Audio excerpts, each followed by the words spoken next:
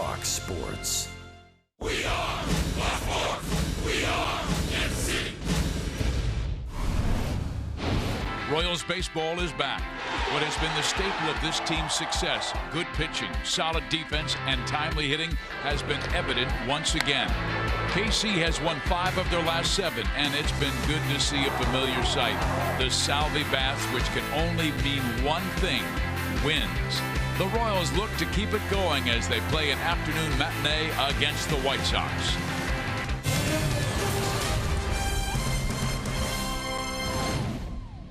It's an absolutely gorgeous afternoon in Chicago, Illinois for Game 2 of this 3-game series between the world champion Kansas City Royals and the Chicago White Sox. Academy Sports and Outdoors presents Royals Baseball.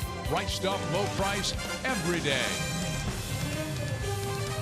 Hi, everybody. Steve Biziak, Rex Hudler with you. In the last week, the Royals have gotten back to their style of baseball, doing the little things right, the fundamentals, and doing the little things adds up to big success. You got that right, Fizz, but it all starts on the bump. Starting pitching sets the tone, and that's a one thing that we've been getting over this nice little streak. Last 7 games, that 3.58 ERA is working, and this is for Honda most trusted players, and they are trusted. So their walks are down. They're filling the strike zone. They're hitting their spots, but those big clutch hits are huge, 350. And also the defense, that's exactly what they need. Pitching and defense is the Royals' theme. Timely hits make them even better. We have more good news for you. The Moose is loose from the disabled list, and that is indeed a good sign. We'll talk about Mike Moustakas' return to the starting lineup next.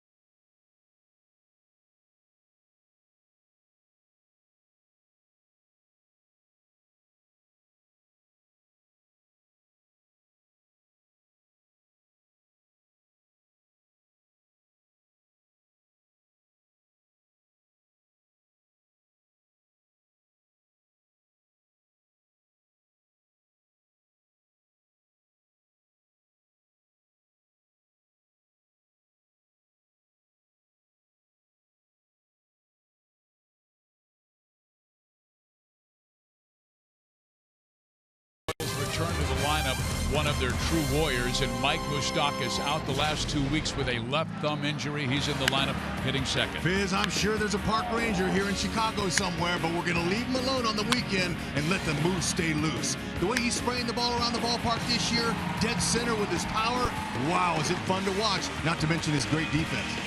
When we come back, we'll talk today's starting pitcher, left-hander Danny Duffy. That's next.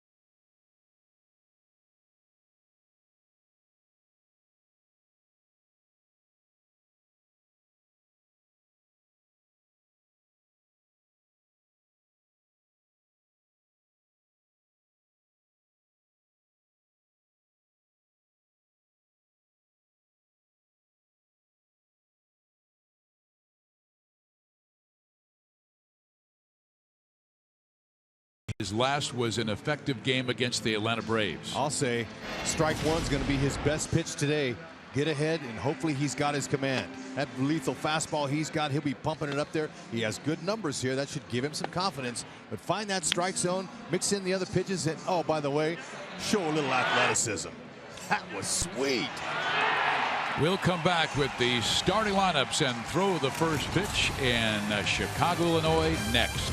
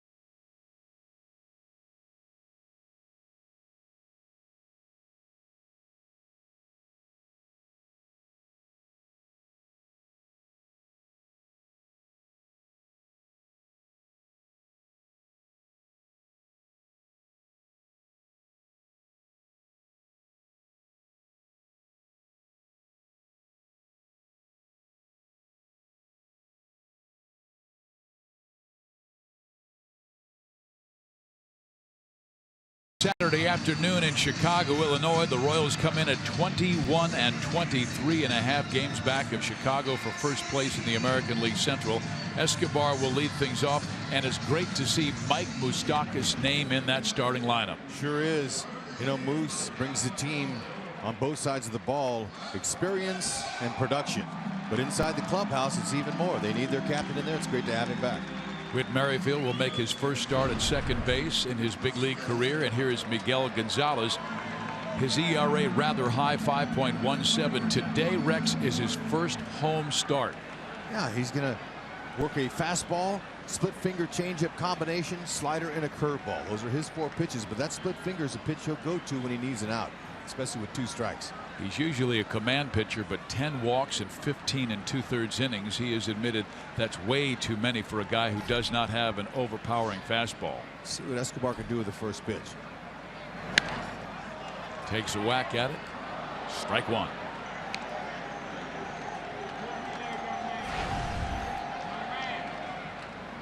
Overall, Escobar looking for his first home run this year. He was 2 for 5 last night in the Royals' victory, 4-1.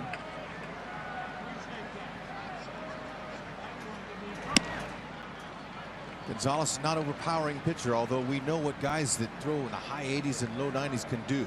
If they're on, they can hit their spots and really cause headaches. Doesn't have the luxury of blowing it by guys.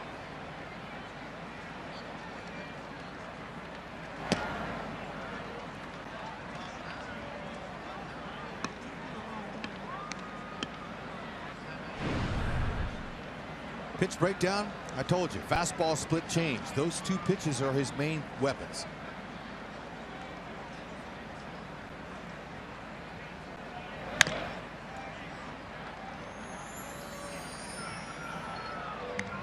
Just whatever you do, don't hit it to Saladino. First inning yesterday, he hit it into the hole. Looked like it was going to be a base hit. Saladino backhanded and made a tremendous throw to first base to catch Escobar. How about that? Hit it away from Saladino.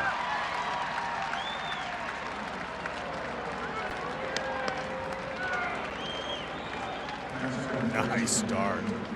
Look how he waited on this pitch. He had no intention of hitting it that way. He saw the ball away again and he just went with it. That is a beautiful stroke to start the game. Look at that. Now, I'm not going to put that in the booty knock category because he really wasn't that much off balance. He just went with that outside pitch nicely. He does a great job of getting the sweet part of that bat on the baseball. Sure enough. And here is Mike Moustakas on May 5th. He damaged his left thumb. Small fracture at the base of that thumb. It's the first time that Moose has been in the lineup against the White Sox, and look at how they're playing. Pretty much straight up. Slight pull by Saladino, the shortstop. But they know what Moose is doing this year.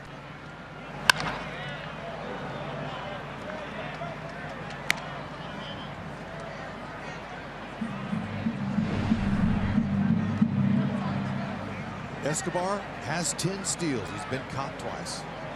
13 home runs against the White Sox. That's the most against any opponent, and 7 of those 13 in this ballpark.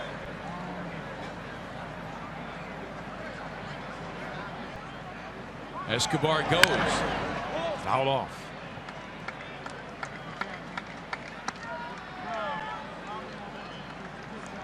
Looked like Esky was having fun with Saladino again.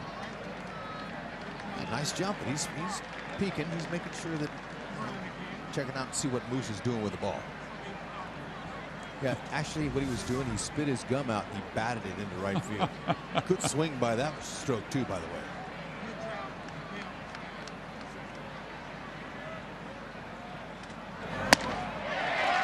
And then Gonzalez works Moustakas up in the strike zone and strikes him out. That's his first out of the ball game.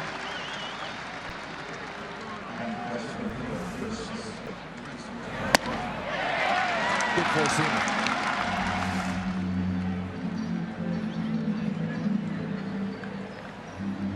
Now Lorenzo Cain, 5 home runs, 21 driven in, knocked in an important run to give the Royals that lead in the 6th inning last night. They were trailing 1-0 as late as the 6th, then scored 3 runs in the 6th, 1 in the 7th.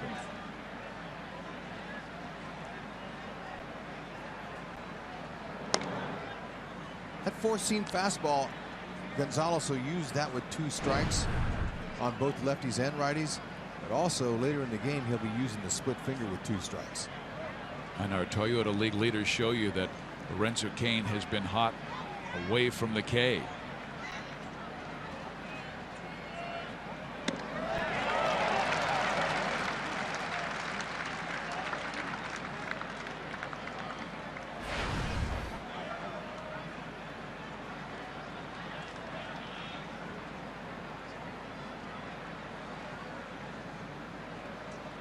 Low Cain 1 for 3 in his career off of Gonzalez.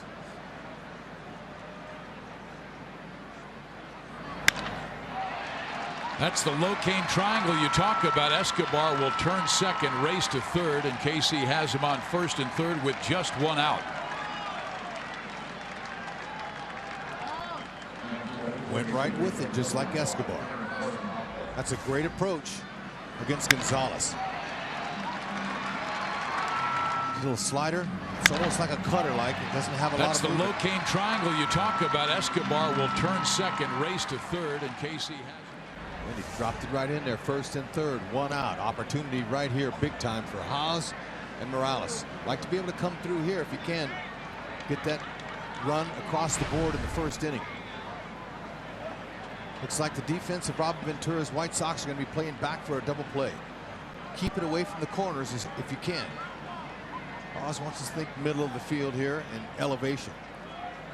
Oh, and Eric blasts one to right field. Eaton is over. He'll make the catch. Tagging at third is Escobar. He'll come home, and the Royals take the early 1-0 lead. Nicely done. Royals, Escobar, Cain setting up the table for Haas. That's how the game works. That's why you have your more productive hitters in the middle of the order, 4 and 5. You get the table setters set the table, and then you let your cleanup men clean up the scraps. First pitch, loved it, ready for it.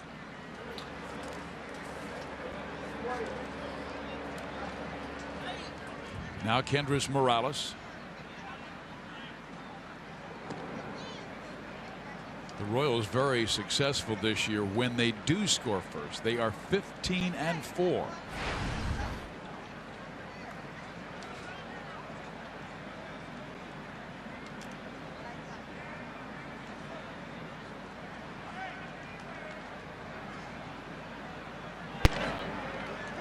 Strike 1.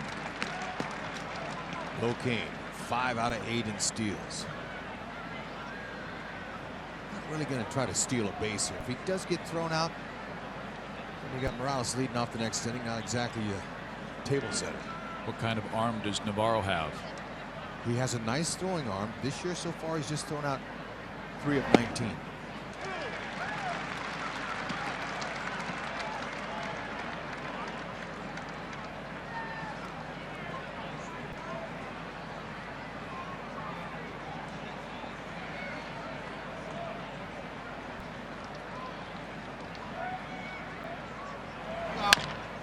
Comebacker to the mound. But a good start for Kansas City. They get a couple of hits by Escobar and Cain, and then Hosmer with the sacrifice fly, and the Royals take the early 1-0 lead over Chicago.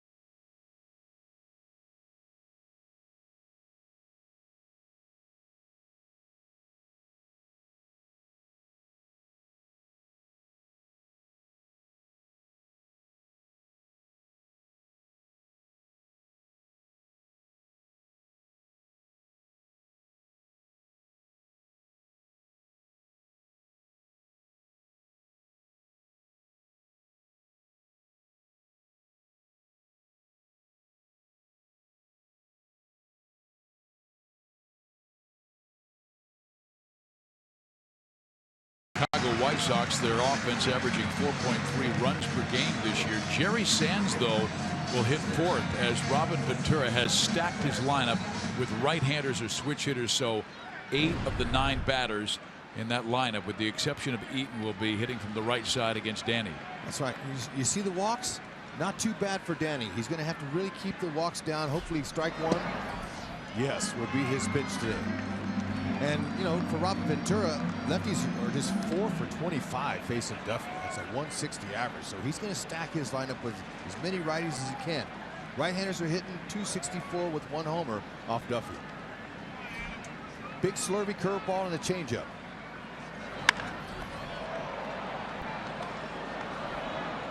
The Chicago offense almost seemed to be searching for a walk last night. The Royals struck out 10. 8 of them were looking. Well, maybe they made some adjustments into tonight, but if you don't hack, they'll send you back. Way too many borderline takes for their team last night.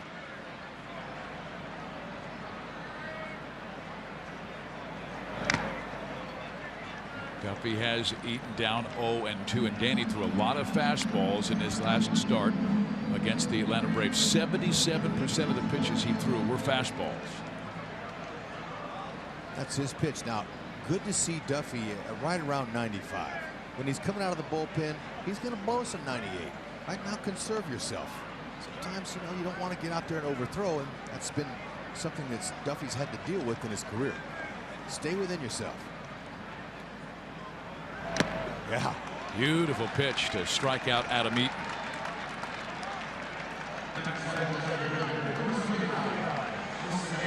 Nice sweeper. And, you know, a lot of people in the game call a breaking ball like that a slurve. Combination slider curve. So that's kind of what that is. You can call it a curveball if you want to. And we're calling it a slider. So, look, I'm going to call it a slurve. But the fastball, that's his bread and butter. Change up to righties.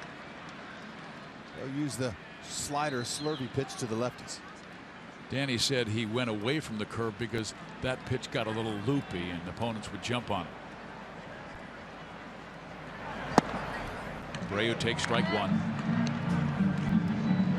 Back-to-back years for Jose with 30 or more home runs, and this is what he's done against the Royals left-hander in his career, including 1 home run.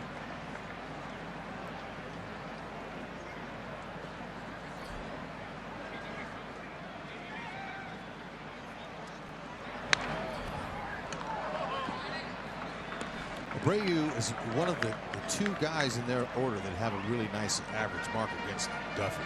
He's 353 average, 6 for 17 with a homer off Duffy.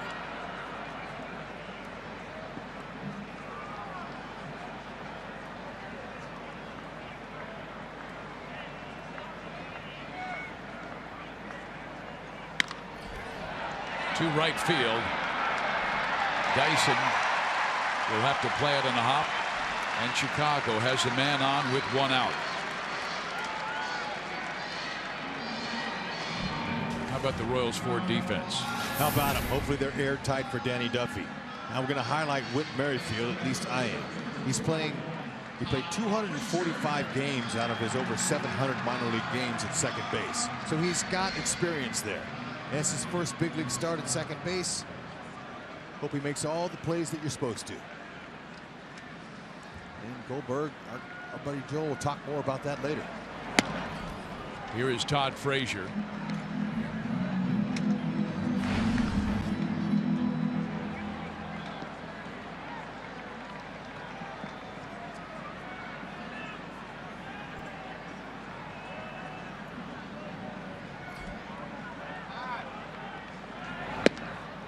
Duffy has gone 0-2 to all 3 batters in this first inning. Eaton, he struck out. Abreu then fisted a looping popper into right field, and now Frazier down 0-2.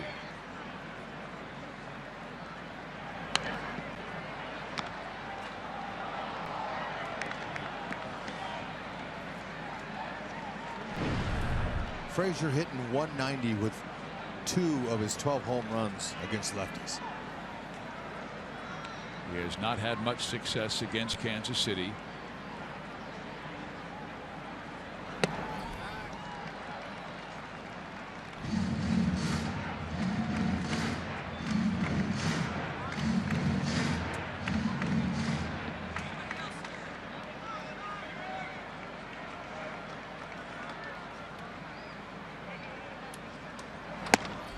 Great pitch by Danny Duffy.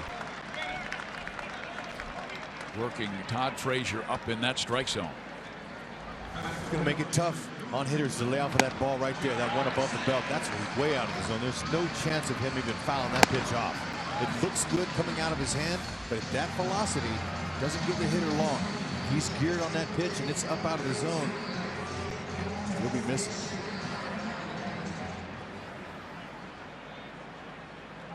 Here is Jerry Sands. And he will fist one into right field for a base hit. Abreu will stop at second base, so 2 on with 2 out. Sands wasn't waiting around for Duffy to jump ahead and get him down 0-2.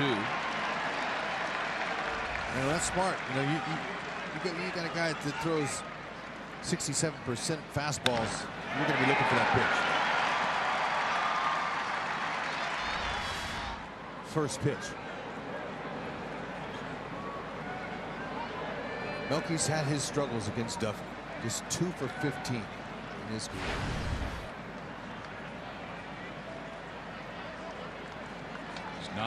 His number's not as good from this side of the plate.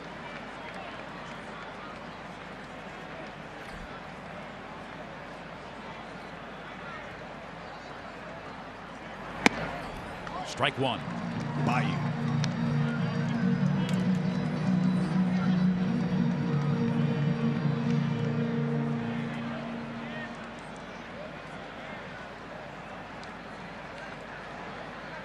All 5 White Sox batters have seen first pitch strikes. Dave Eiland said he would be very careful with Duffy. 60 to 65 pitches max.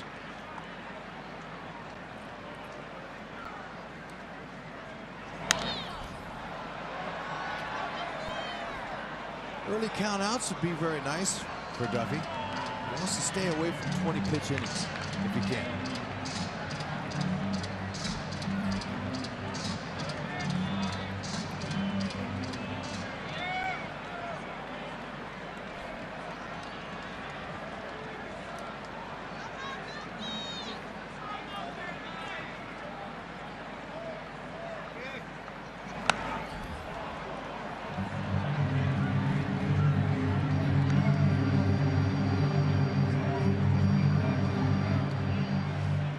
Came in hitting .299.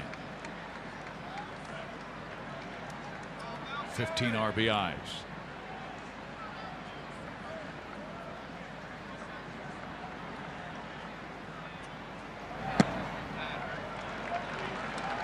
Salvi liked it. It's good. 0-2. You don't want to give the guy anything good to hit. Make him swing out of the zone. Stretch that zone a little bit if you're Duffy. Even on this pitch here. Doesn't have to be down the middle. Maybe try that high heater about above the belt. See if he can catch it. He's been behind it. That time a changeup was upstairs. He's had very good command of his fastball in this first inning. Right now at 18 pitches.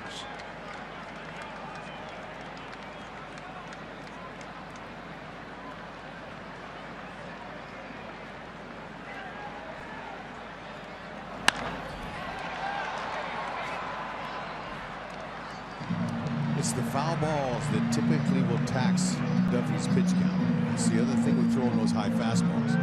If they do foul it off, it's going to keep working that pitch count. See if Duffy can pitch to a little contact and have him hit it at somebody.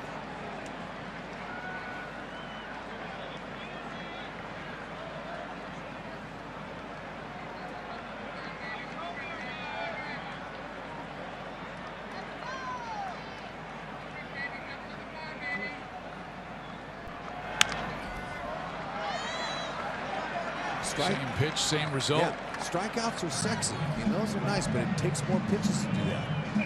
Much preferred. Just like Edison Volquez says, he has ability to strike guys out, but he's able to conserve his pitch count when he pitches to contact and uses the defense. Now, Danny's a fly ball pitcher. He's not going to ask him to change, but that's how his pitch count gets up there. And Danny's more of a 4-seam fastball, where Volquez is a 2-seam. There's a little bit more downward movement. Hitters are going to hit the top of the ball more often.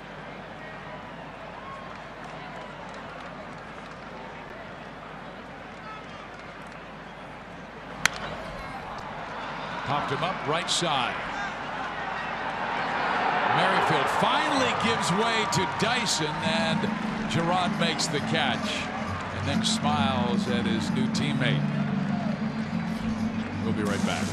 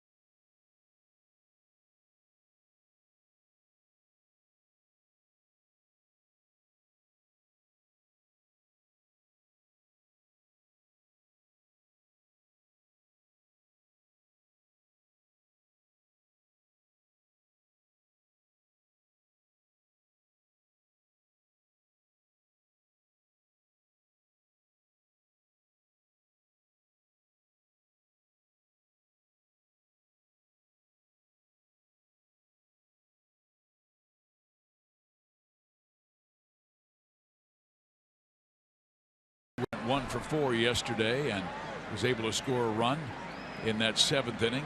The Royals scored their final tally and pushed on to a 4-1 victory. White Sox, meantime, have lost 5 of 6 and 7 of 9. Now have a 1.5 lead on Cleveland. 3.5 up on the Royals. In between commercials, I went over to see my friends on the White Sox radio side, Ed Farmer and Darren Jackson.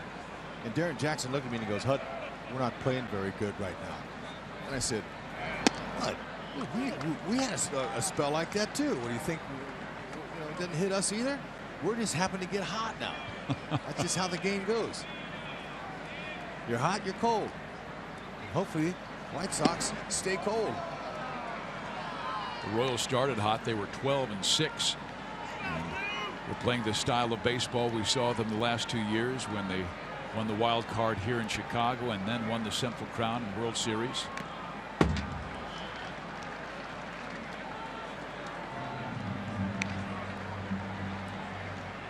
Kansas City 11-2 now when leading entering the 2nd inning, and they scored a run in the 1st and the single by Escobar, another single by Kane, and then the sacrifice fly by Eric Hosmer. High pop up left side.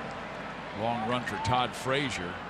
Now he moves back into fair territory to make the catch.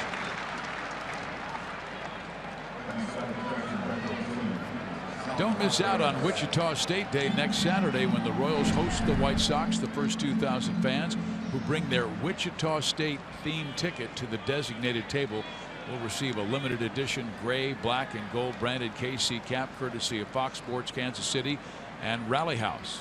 And you can purchase your theme ticket at royals.com/theme tickets. Perez foul.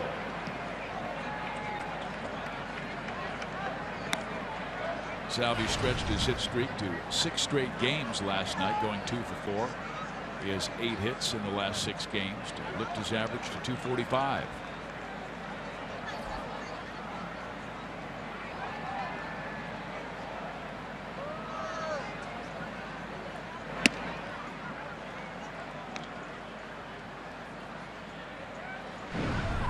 Salvi sees the ball well against Gonzalez.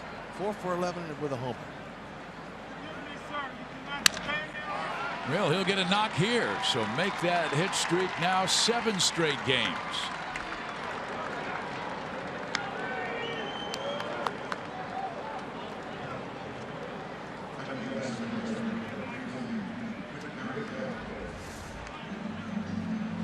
That pitch is right on over the plate. Salvi crowding the dish. I like that. He's able to cover the outside part of the plate.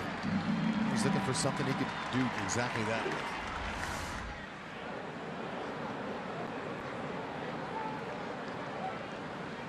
Keep the streak alive.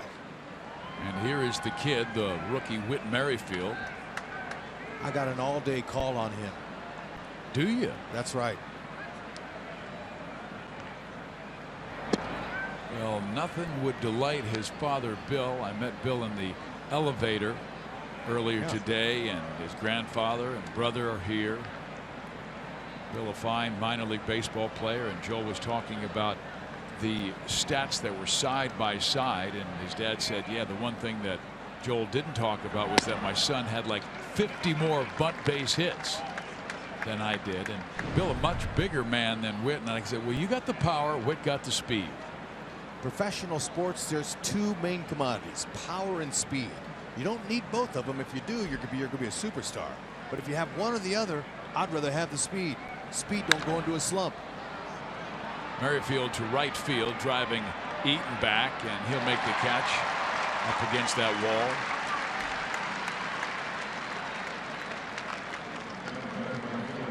I'll tell you now, he's got a little pop. I didn't know he had some opposite field power. There's it looked like a split finger. He waited on it nicely.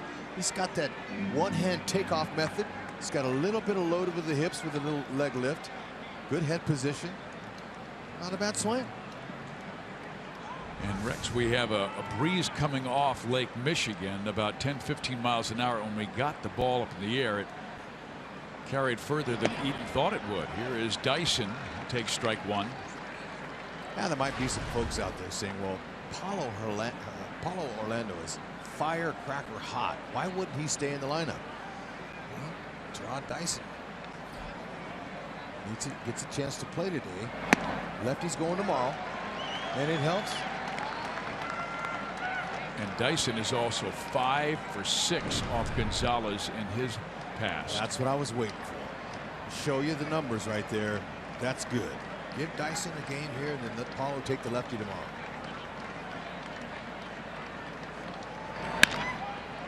There's a base hit.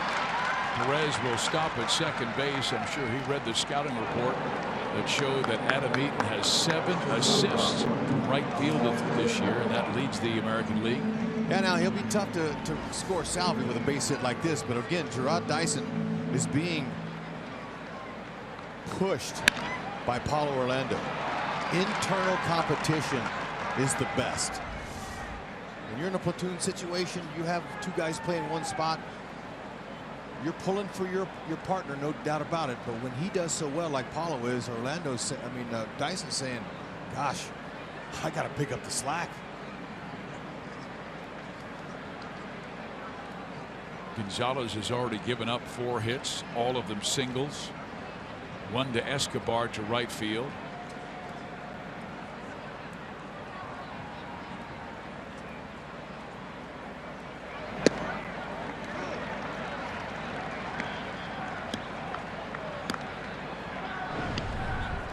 Talked about how he can throw that ball. He's really good. They moved him over from center field because Austin Jackson's out there, but he can really throw. Dyson here, he's right behind him.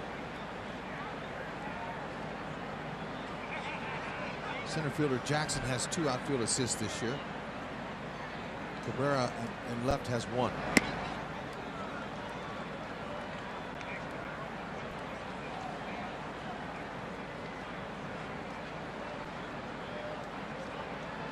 One ball, 1 strike on Escobar.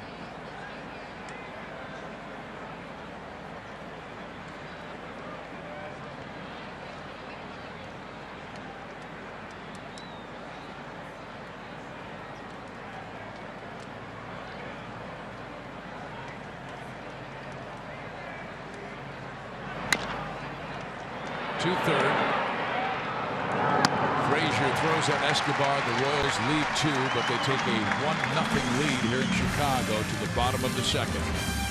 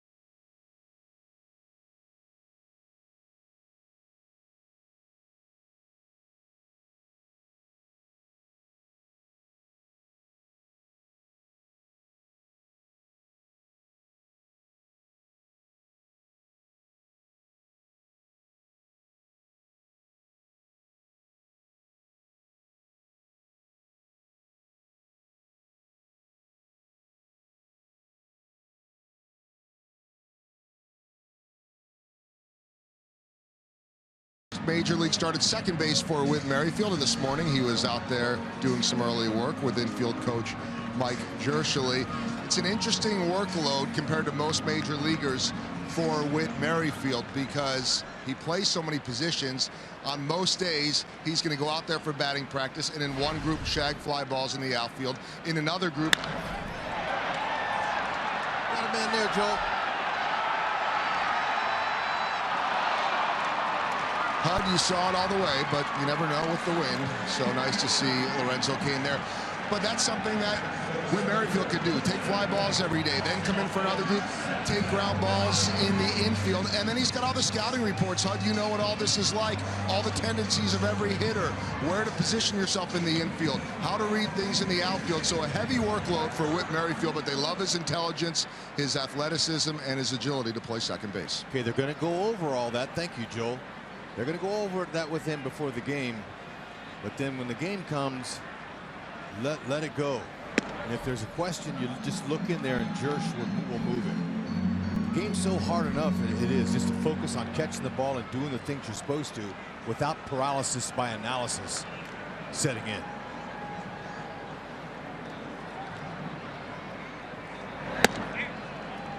Rex, when you grew up in Fresno, California, you were a shortstop and then moved to other positions. What was the greatest transition moving from short to second base?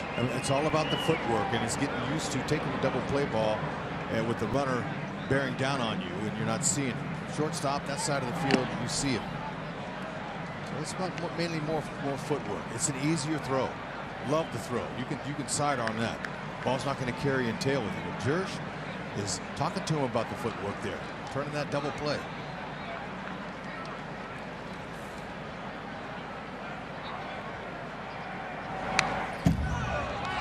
Jackson had a pitch up to handle that fouled it straight back, so a 2-2 count. Duffy on Austin Jackson. Austin 2 for 3 last night with the sacrifice fly. He drove in the White Sox only run and gave them that 1-0 lead they carried until the 6th.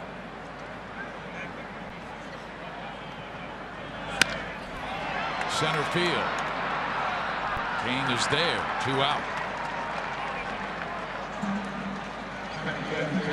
Let's check out our Academy leaderboard. How about that? That ERA here in this ballpark, it's a launching pad. Are you kidding me? Duffy leads the pack, 1.82 over some pretty good hurlers there. Nice to see Hoach in that group. Sale, they don't have to worry about Sale here this time. They'll see him at the K. And perhaps Danny's best start was on June 14, 2014 in Chicago through 7 scoreless innings and tied his career high with 9 strikeouts. One thing I remember from that start was tremendous fastball command, both sides of the plate. So far, so good. Here. Today, gorgeous day.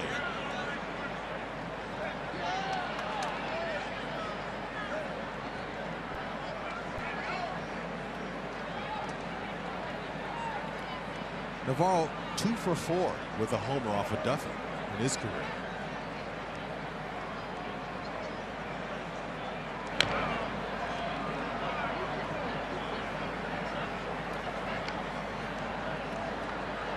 It's nice to have a switch hitting catcher. Alex Avila, he's the other catcher on the team. He hits strictly left-handed. Both of them, though, really good signal callers, veterans.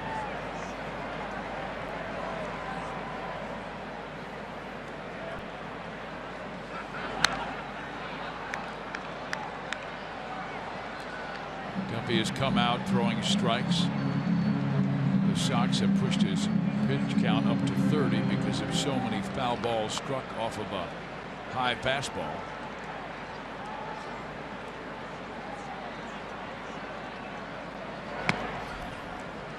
Didn't miss by much.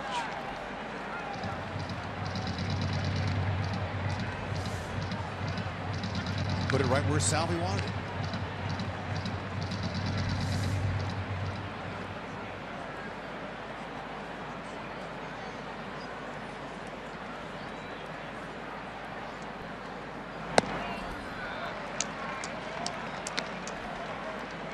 Just got up underneath that fastball. Sometimes Duffy will do that. He'll push up underneath it. Stay on it, stay on top, and drive down with a shoulder. Follow the lead, north and south.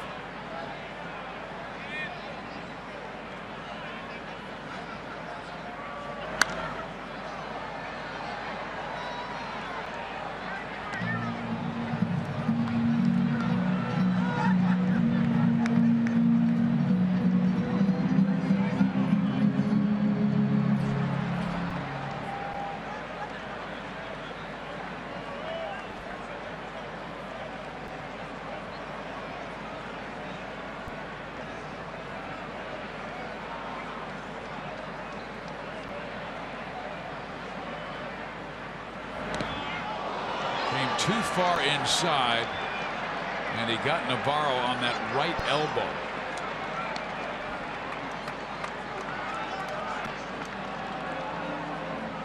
Well, he didn't want to do that.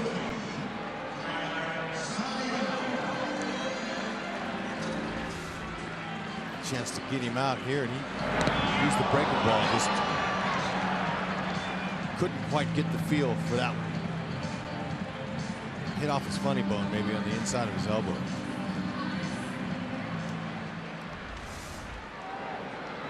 And it almost looked like the way Navarro was cheating on the fastball that he had already opened up, and it was really going to be difficult to get away from that pitch. He was cheating.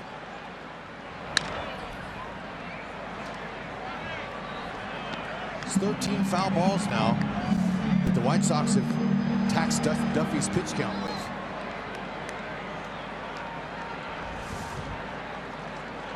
Navarro on first base.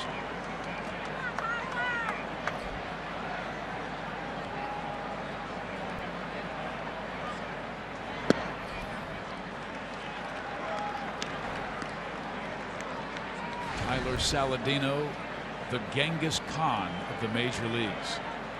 Since you brought that up, I made a special visit over there to the White Sox locker room just to talk about his stash.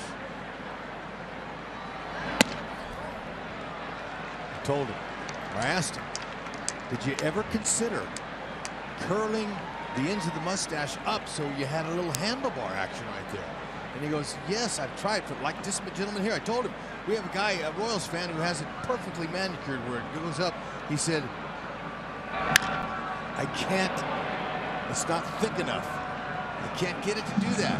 I said, well, what do you got to do? He goes, I got to let it grow a little bit longer. I said, put some kind of mousse. Get something they can really stand that thing up. He says, all right, I'll be working on it. So he has visions of our Royals fan there with his mustache.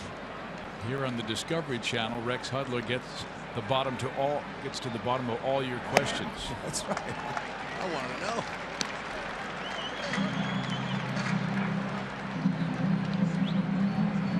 He was at 28 pitches with 2 out. Now he's at 39.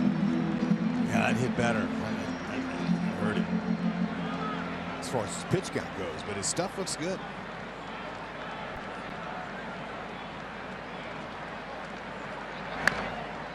Let's roll towards first. Duffy will handle it and shovel it to Hosmer, and that will do it.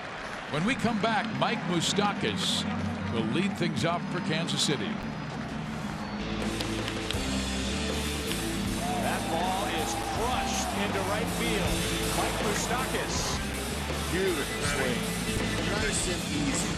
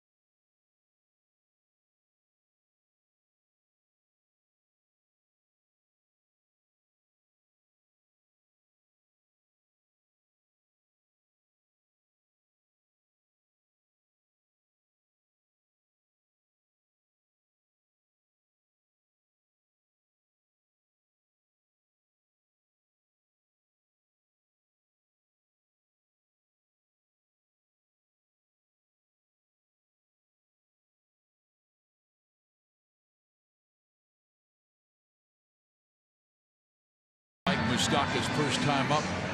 Swung and missed at a fastball up from Miguel Gonzalez, but this is a guy who brings an energy, a passion, a leadership, a Warriors mentality that the Royals have been desperately searching for. Now they believe that Cheslor Cuthbert did a great job, and sad to see him go back to AAA, but the Royals might be able to work Cuthbert at a couple of positions, both third and second base. Going to work him over there, and it's a good opportunity for Cuthbert to go down and learn a new position, try to get better in order to help the Royals. He understands the situation here. Moustakas is not going anywhere in the near future. Cuthbert wants to do what's best for the team and him. 1 ball, 2 strikes. Mike played in 2 AA games at Northwest Arkansas, went 2 for 8.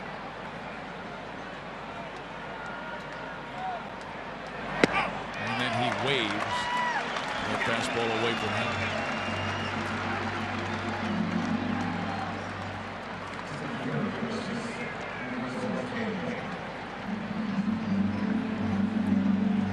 Gonzalez started Moose off with a split finger. Second time through the order, he might start showing a little more split fingers. They're not exactly ripping the cover off the ball on him. It's going to change their eye level. Yeah, the one thing they don't want Gonzalez to do is get into a groove. He has been unable to do that in his first 3 starts this year. This is low there, so a 2-0 count to Kane. Last Sunday at Yankee Stadium, he allowed 3 runs on 5 hits in only 4 2/3 innings. And the Yankees forced him to throw 91 pitches. Strike in there. He also walked 5. That tied a career high. No walks today.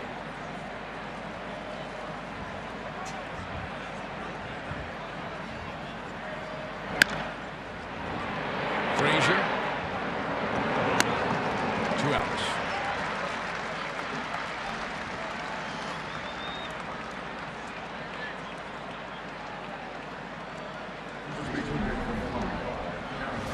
Just a reminder, as you enjoy a cold one today, look forward to Miller Time later in today's game, brought to you by Miller Lite. Oz drove in the only run. He, Kane, and Perez are now tied for the team RBI lead with 21 each.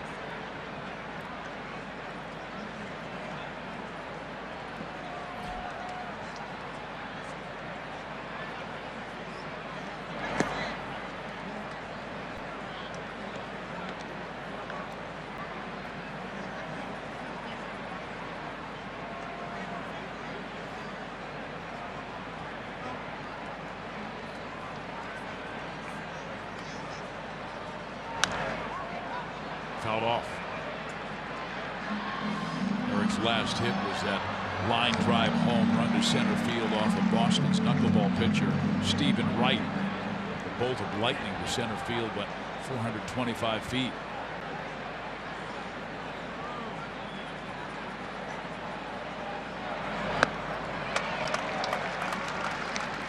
Picked the wrong pitch to try to pull there. That split finger's a good pitch for him. He said he would mix it in a little bit more second time through the order. That's right, and he likes that pitch, especially with a runner in scoring position. Right here, he just wants to keep the ball out of the middle on Haas. Strikes out Eric. Royals go in order. We head to the bottom of the 3rd inning. 1-0 KC.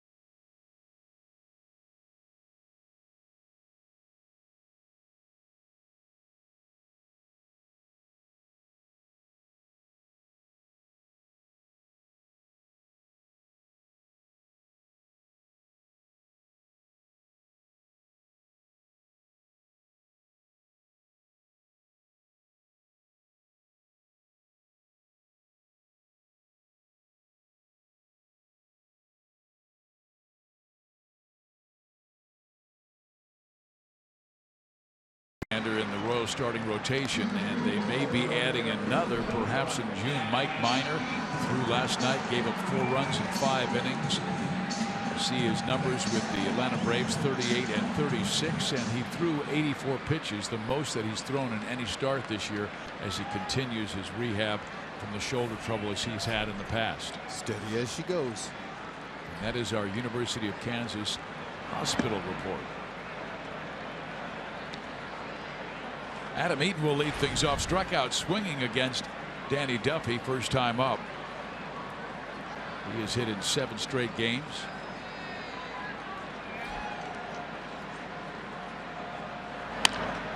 Up the middle, cut up by Escobar, but I don't think Esky would have had a chance, and Eaton will have a base hit.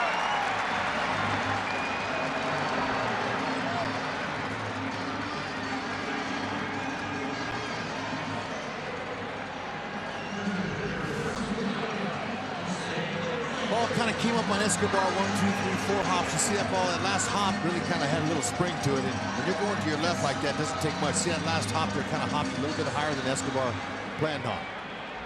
But he would have liked to have that ball and fired it over there, at least made it close. Yeah, Eaton batting from the left side, and he's a little like Ichiro Suzuki, that after he makes that swing, he really gets down that line in a hurry, almost as he's moving towards first base as he's swinging. Before that hit, he hit 367 off southpaws. So there it is. Fastball up and in. Always looking to advance.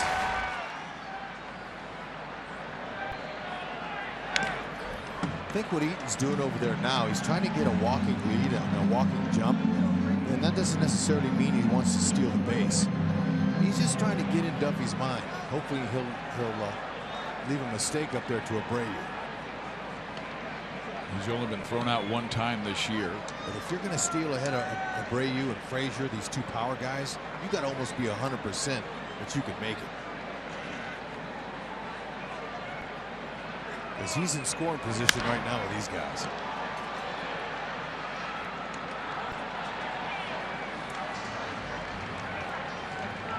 Abreu with 27 RBIs, Frazier to follow with 32. The White Sox, despite their recent struggles, are actually scoring more runs in the month of May than they did in April. Most of their early success was around their great starting pitching.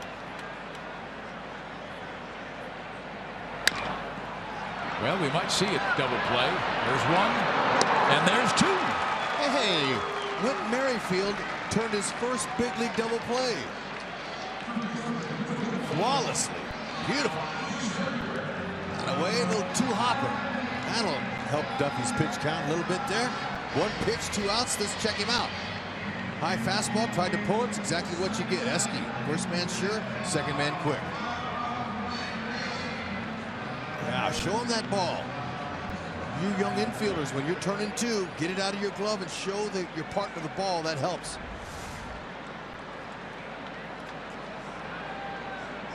Two out for Todd Frazier.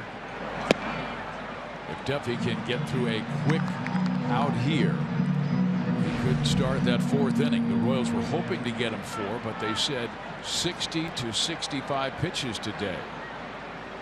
Frazier's trying to help. He's swinging early in the count.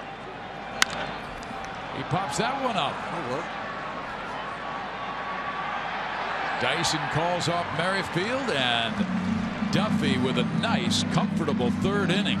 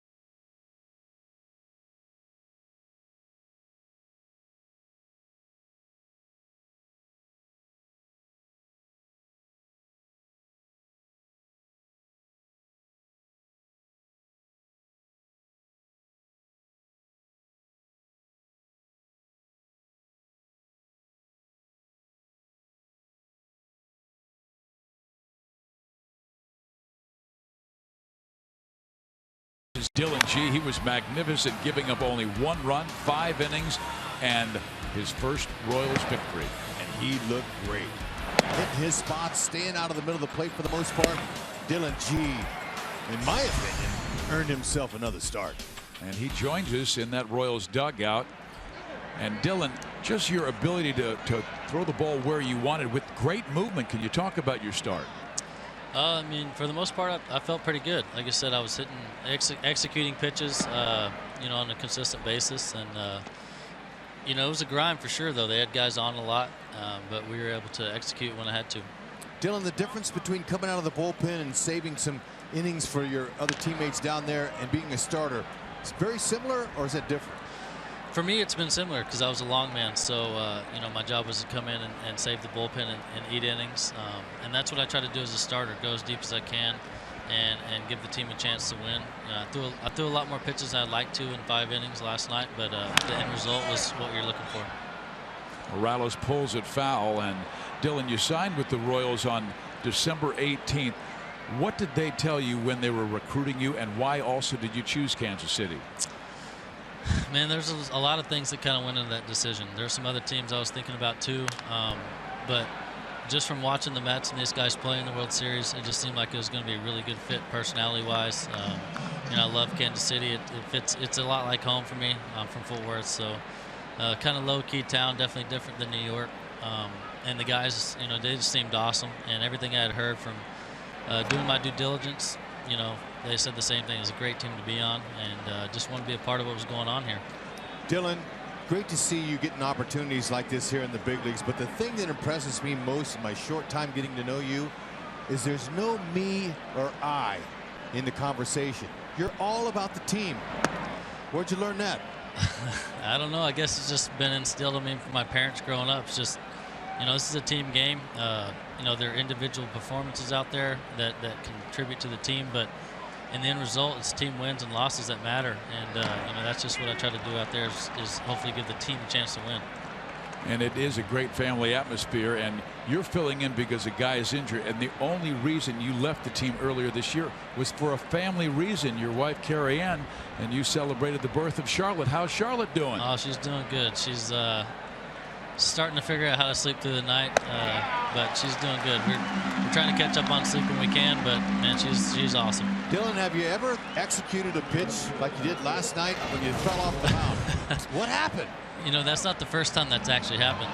I've tripped like that in Yankee Stadium a couple years back too. Some of my mechanics, you know, my lead foot goes out pretty low. I normally have some drag marks on the mound before landing, and sometimes the cleats catch and make a fool of myself.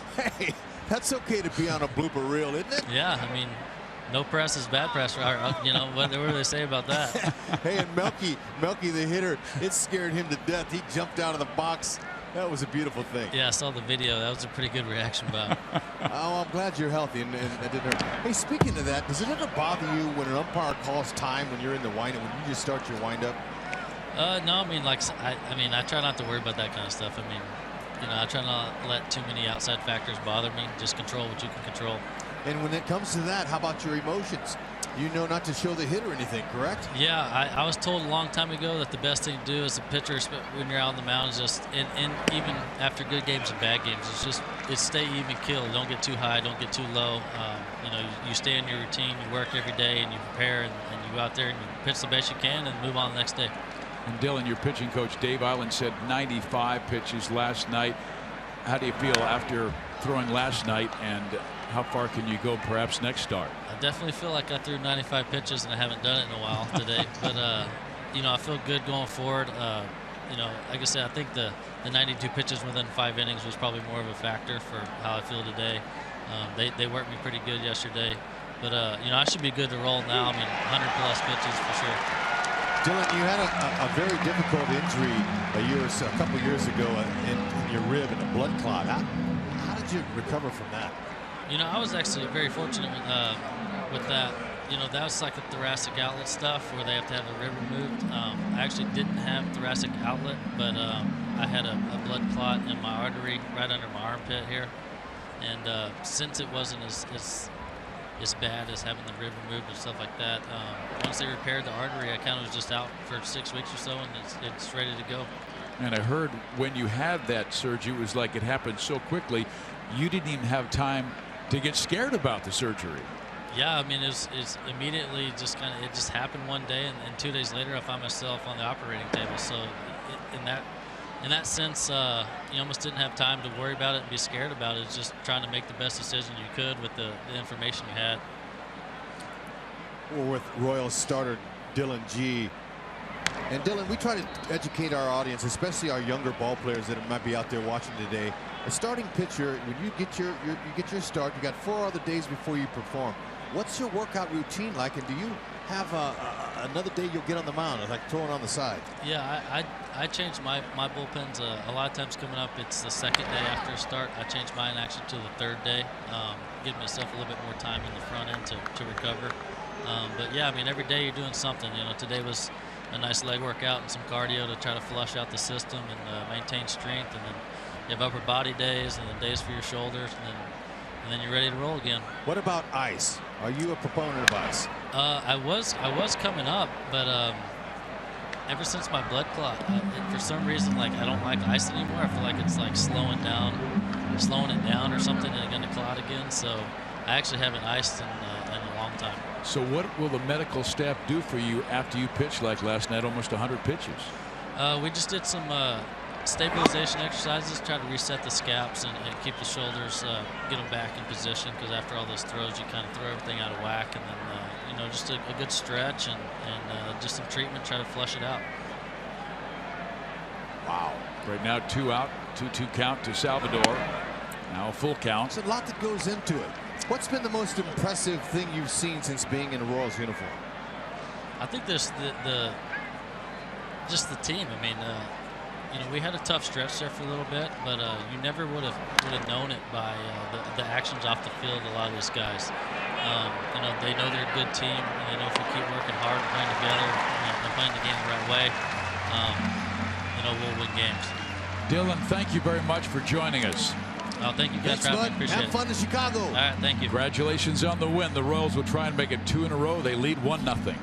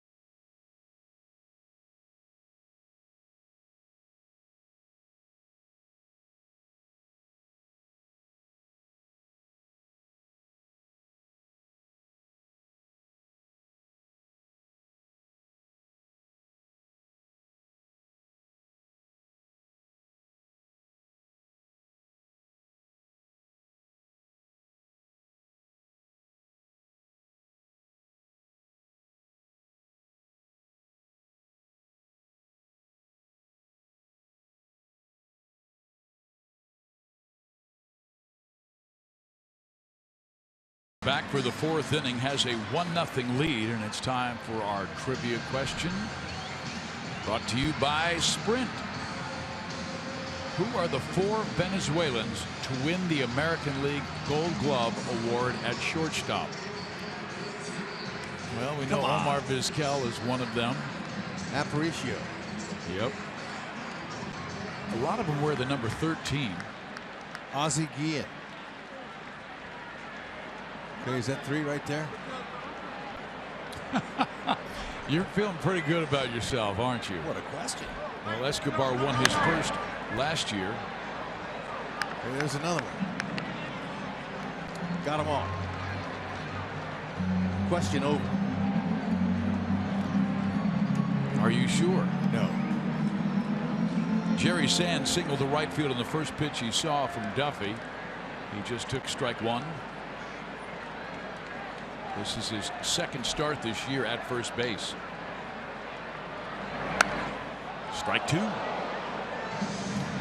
Boy, Danny went to his head. Apparently that line drive may have hit someone just over the Royals dugout, and Danny threw both of his hands to his forehead as if to say, oh no, I hope everybody's all right. Yeah, no, they're okay.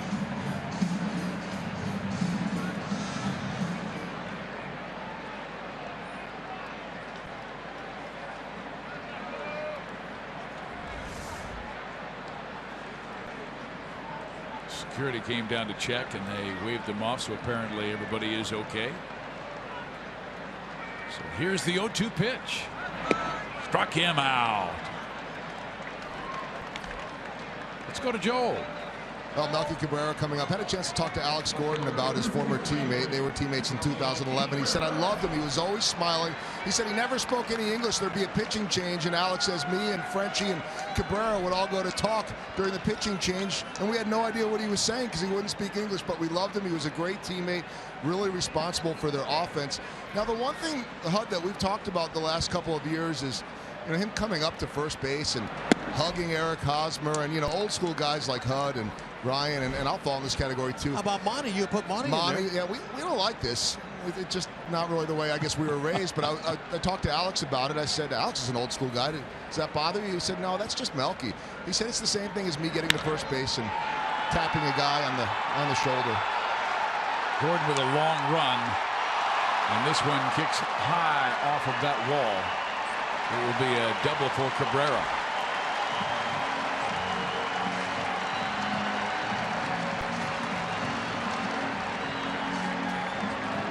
And a really good pass on that Duffy pitch there. That ball hit right off the top of the wall for his 8th double of the season. Let's see again. Might have been a changeup. It looked like the way he swung it. Duffy thought it was out of the ballpark. It's right there under the yellow line.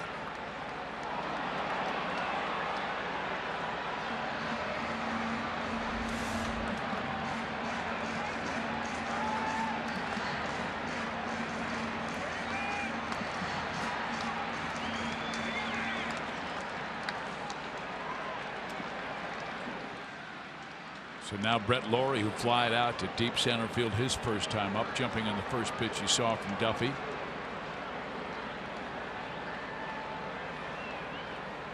And he goes after the first pitch he sees, and we'll go to our Kubota power stats. This young man has been striking out a lot this year. Struck out in 14 consecutive games. He's 0 for his last 17. But he is hitting .344 with a homer off of lefties. He's doing something. Lines out to Moustakas.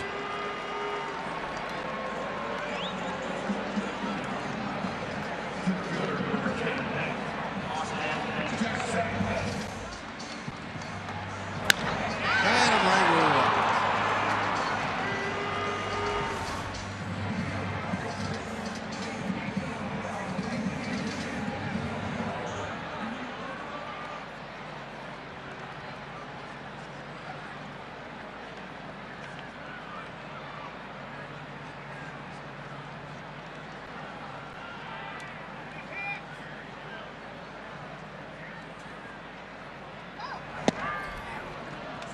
With Duffy now at 55 pitches, and Dave Island, his coach, said he would go 60, perhaps 65, but the Royals do have a right-hander, Peter Moylan, warming up in their pen.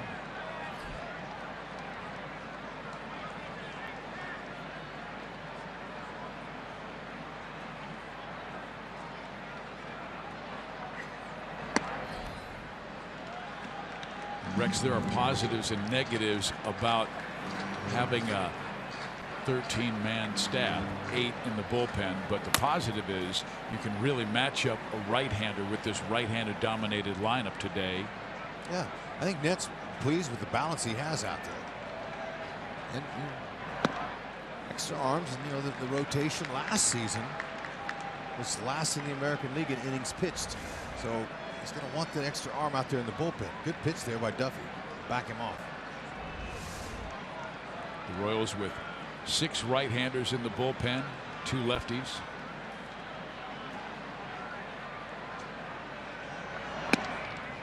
Two and two. White Sox 0 for 8 with runners in scoring position so far in the series. Hope to keep it that way. Royals did a great job last night. They were 6 for 11. Kansas City really picking things up with runners in scoring position, batting .350 with runners in scoring position the last 16 games, and that's a big reason they're playing much better.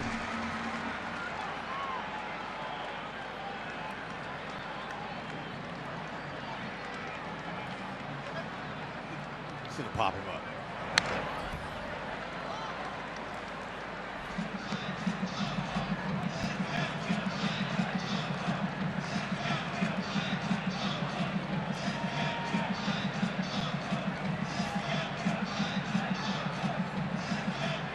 High fastball, change up, all options to see what Salvi wants to put down.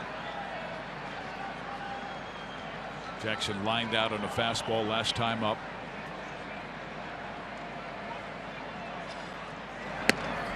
Just barely missed.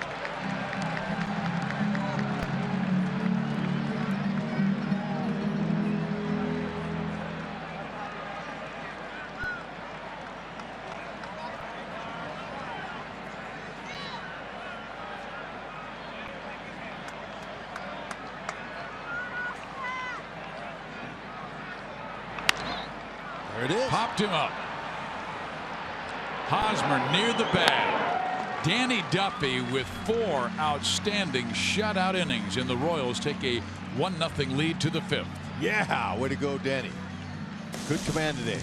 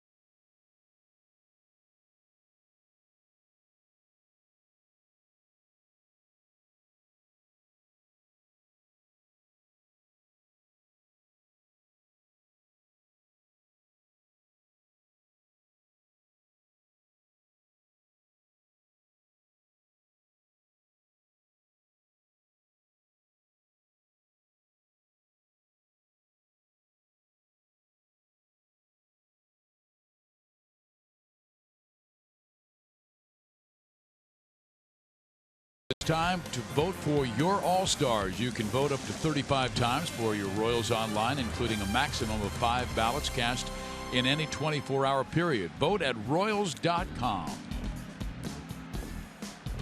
And you can also catch all the excitement of the 87th Major League Baseball All-Star Game July 12th live on Fox.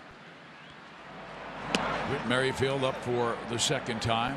His first base hit will be a memorable one, and it was off David Price, one of the best pitchers in the game. A single to left field.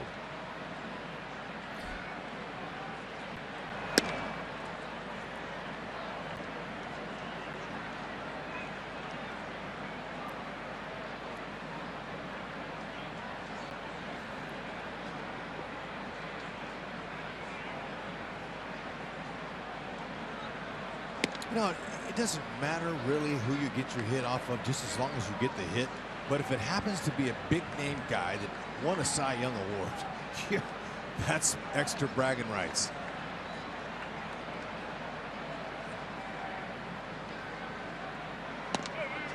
Now, no offense to Al Nipper, who I got my first big league hit off of, but it was a little jam shot doinker, one of the ugliest hits you could ever get, Fizz. But you know what? I ended up on second base. Didn't matter. It's a double in the books.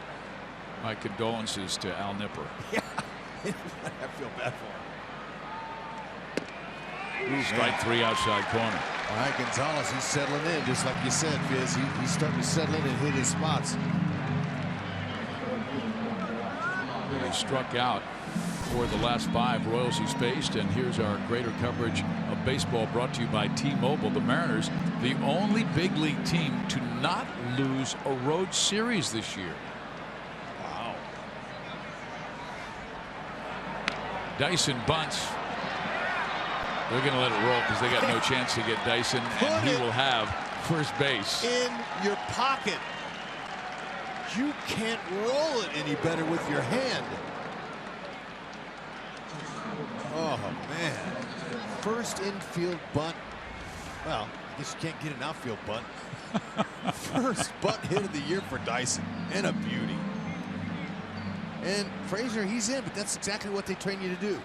Put it down the line, fair or foul. And that way, if it goes foul, you got another shot. Dyson with 6 steals this year in 7 attempts. The only time they got him, they picked him off first base.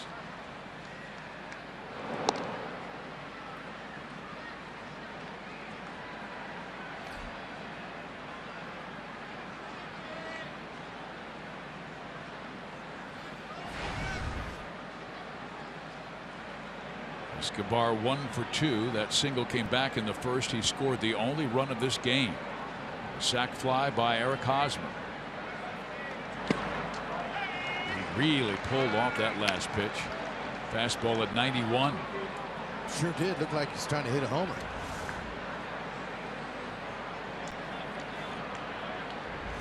Like that same approach he had his first time up. He laced it down that right field side.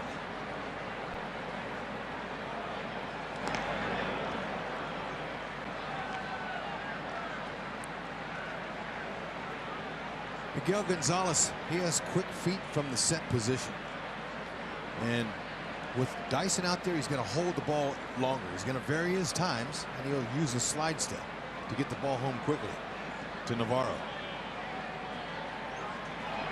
See, the time before that, he waited 3 counts. That time he waited 1 and he went. That's what I call. That's what you mean by varying the times. Don't let that base runner get a good jump off the blocks by reading you and timing you.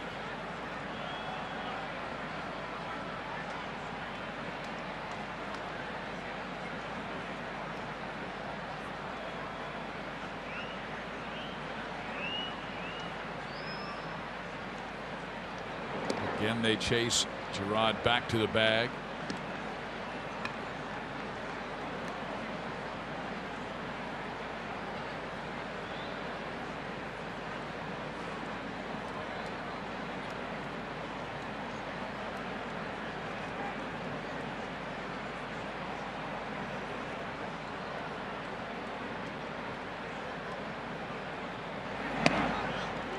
Just did graze that outside corner.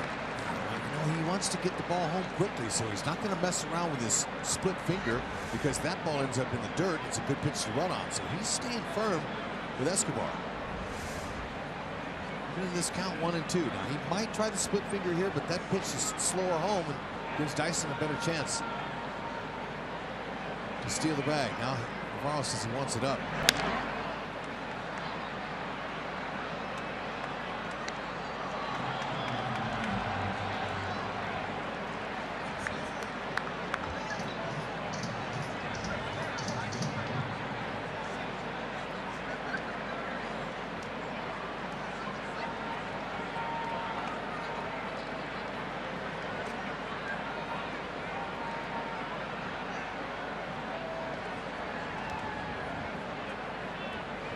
Dyson goes. Pitch is fouled off. Excellent jump and good practice. Ball was up and out of the zone, but with 2 strikes, maybe a little bit too close.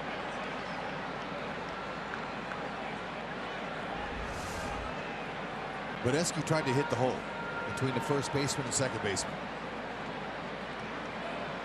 And the outfielders are shading Escobar to the right side. He was trying to take that ball.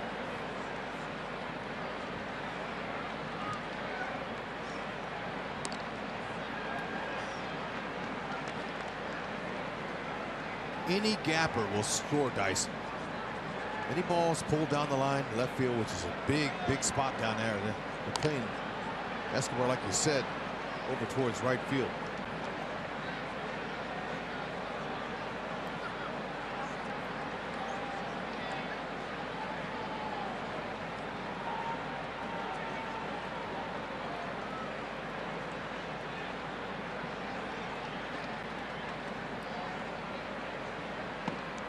This time Chicago pitches out, but Dyson wasn't breaking. Royals don't run on pitch outs, Fizz.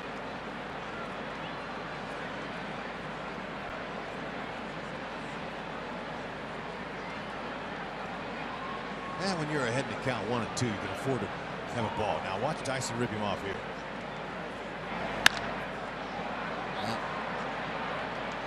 Easy play for Eaton.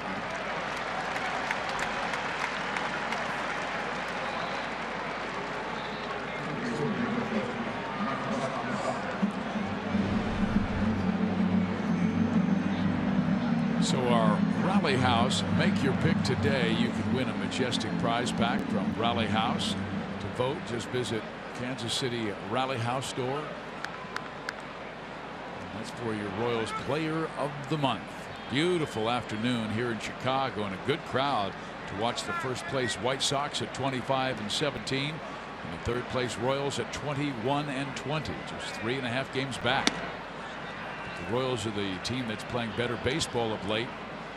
They've gained 3.5 games on Chicago in the standings in the last week since last Saturday. And they're not done. Their goal is to take each series they play, no matter what city or color uniform. Although it helps if you're beaten up. Ooh. That's a pitch Moose likes there. I'd like to have that one back, right on the inner half. He struck out swinging his first 2 times up against Gonzalez.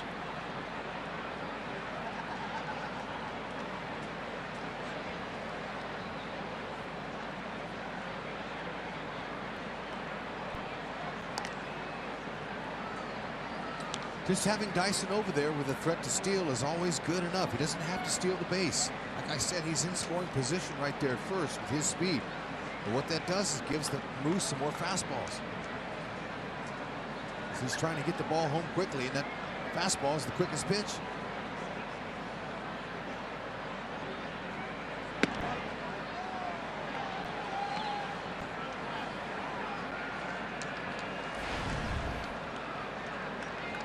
Gonzalez right now at 83 pitches. He threw 91 in his last start, but only lasted 4 2/3 innings.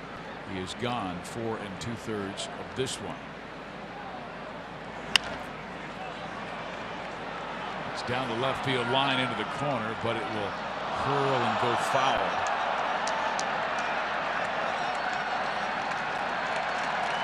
Oh man, be careful. There you go. Didn't go on the field. And he dropped the ball. Melky Cabrera tried to be the nice guy that he is and tossed the fantasy souvenir. That's the second or third time he dropped it. Talk about rock hands. Oh man. Yeah, no, he stayed off the field technically. Had a little help from a couple of his bros in the stands.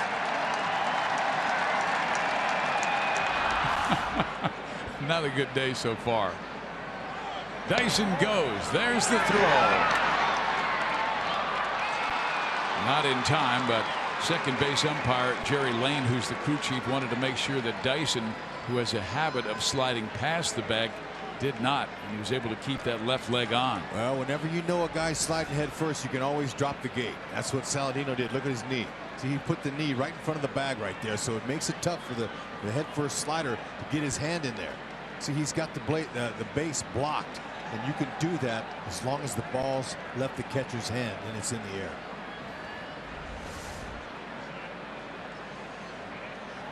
And that slide right there can be dangerous when you go head first. That's how Reddick of the Oakland A's just injured himself. And he is out 4 to 6 weeks for Oakland. Now a single could make it 2-0 Kansas City. The White Sox are checking on it, but it did not look like Dyson's left hand came off the bag. Dropping the gate is a beautiful thing, Fizz. You know, there's nothing the runner can do. You see the ball, you see the run around the peripheral vision, and you see the ball coming, you just leave your knee right in front of the base, and there's no way he can get to it. Now, Saladino didn't block the outside edge. He didn't get the edge on that.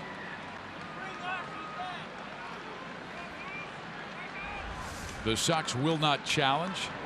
So now the 3-2 to Mike Moustakas with 2 out. Dyson goes again. And Mike strikes out for the 3rd time today. 7 strikeouts for Gonzalez. Danny Duffy has done his job for the Royals on the pitching side. He is done through 4. And Danny's coming back out. How about this?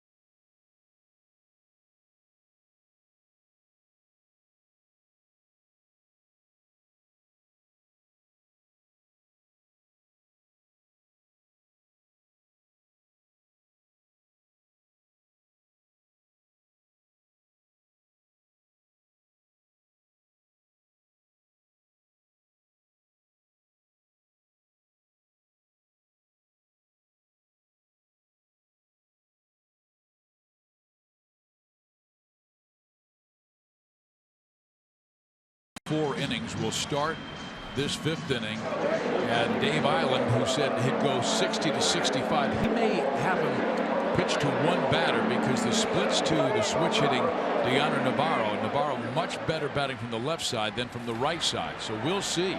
Moylan is ready, and there's a right-hander, Saladino, on deck. 0-1. Navarro hit by a pitch, and one that rode inside and clipped his right elbow.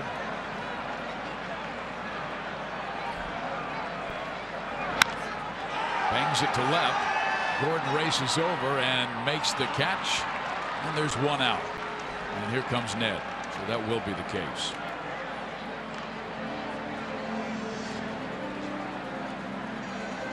Nice job, Danny Duffy. Didn't walk a batter. He hit just 1, and that was the hitter that he made it out. Deanna Navarro. This is our Chevy call to the bullpen. Peter Moylan.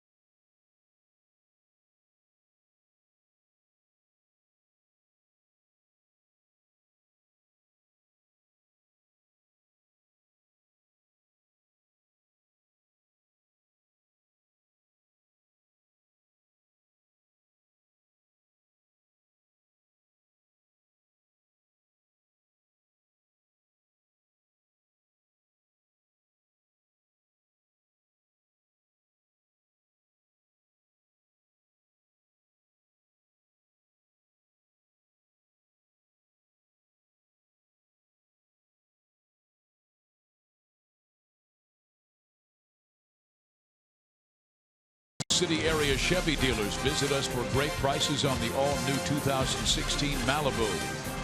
By Panera Bread, food as it should be, with 24 Kansas City metro locations.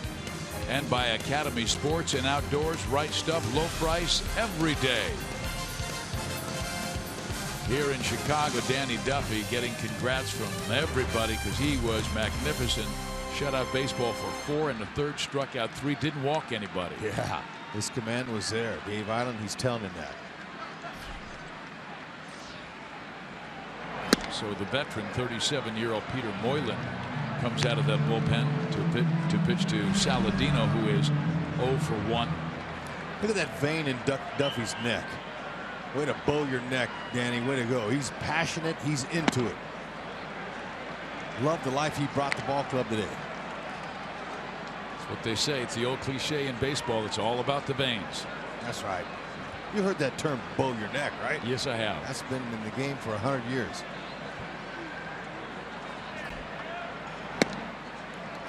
In there, 2-1. Moylan had his contract selected from AAA Omaha on May 12th, and he was terrific in 12 appearances. A 0.71 ERA. Keep it up. He can be tough, especially on righties. Fortunately, a right-hander goes right field here, and Saladino now has a 7-game hit streak. Here's Joel. We'll see. Maybe we'll see Tyler Saladino work his way over to Esky at second base. They had a little thing going back and forth you guys were talking about last night. And I think Hunt mentioned it. He hit it anywhere but Saladino. Saladino got him the first 2 times. And talking to Esky about it today, he said, I do that to a lot of guys. But he said, I enjoy him. I definitely know now that he could play. And then he finally got on. He raised his hands, and Saladino raised him back. He said, on that last one when I got on, I just looked at him and I said, thank you, guys. Thank you, Joel. And here is Adam Eaton. He takes strike 1. A nice knifing slider-like action on that pitch there. 88-92 with his fastball. It's a sinker. And he's got a changeup that he'll feature as well. This is the one left-hander in the lineup today. Important man for Moylan to get out, who's usually just facing the righties.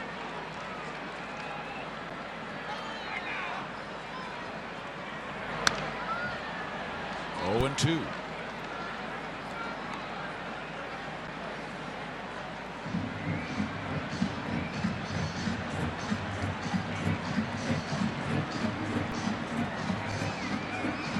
Pete Moylan, what an interesting young man he is.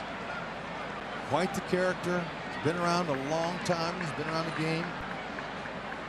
And he had that character before he was a ball player, and now that'll even accentuate it. Ooh, man, where's that backdoor slider when you need it?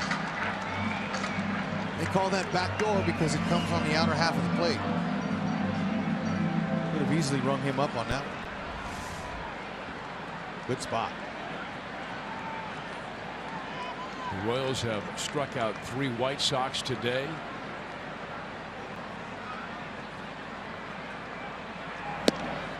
Two balls, 2 strikes. Now, surprisingly, Adam Eaton has grounded into 5 double plays this year. His speed from the left side, that's a little bit unusual, but you know, he probably hit the ball right at people. Royals have turned 1 double play.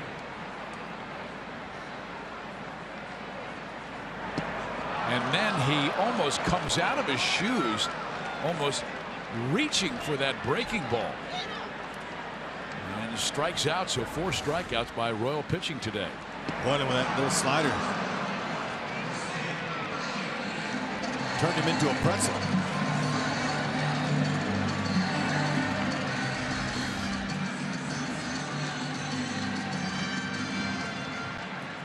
Two out, Moylan to face Abreu. He was singled and hit into a 6-4-3 double play.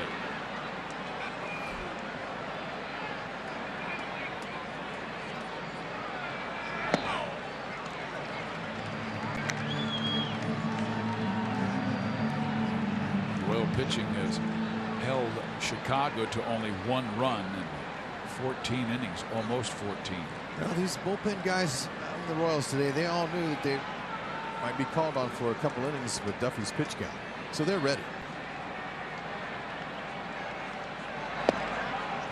Another sweeping slider that Abreu swings over the top.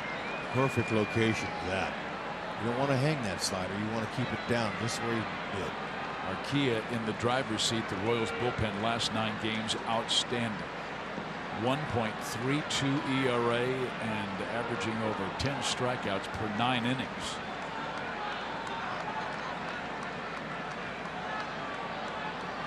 Wow, look at that. Peter Moylan. He had Abreu reaching for that. He needed a boat oar to make contact. That, or how about a banjo? Look at that ball, was really moving nicely away from the plate.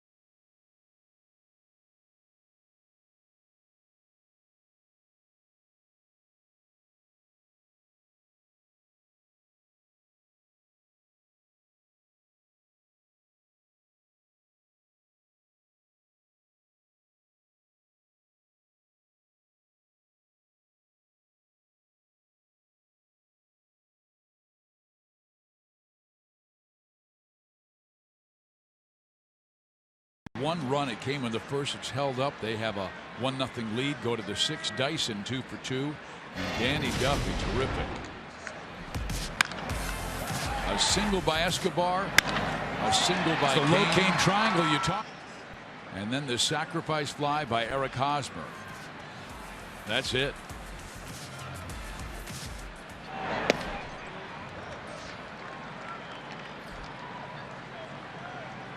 Gonzalez mixing in a curveball.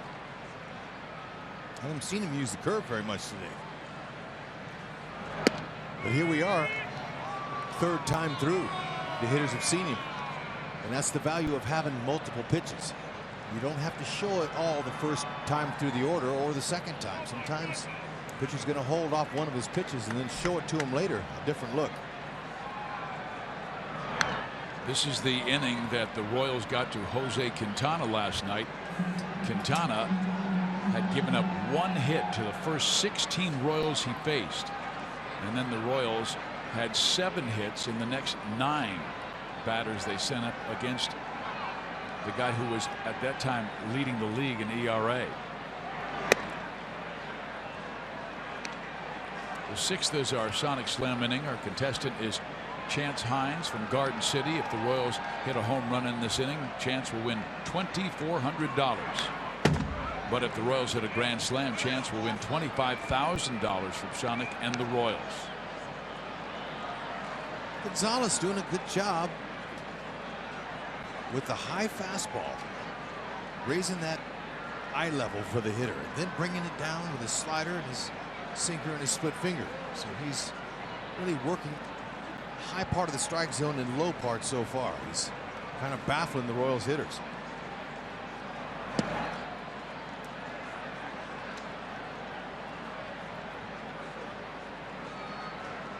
The count 3-2.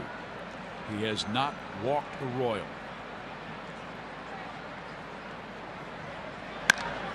And there is a shot to left center field. It's got a chance, and it's gone. Chance Hines wins, and Garden City, you're going to be partying tonight. How much cake did he win? $2,400 for Chance Hines. I'm coming over. How about it? Way to go, Chance. Locaine, he likes to put money in Royals fans' pockets. That was a beauty. 3-2, he guessed right for his 6th home run. Solo shot. That'll keep the Royals fans smiling here. There's a bunch of them here, by the way.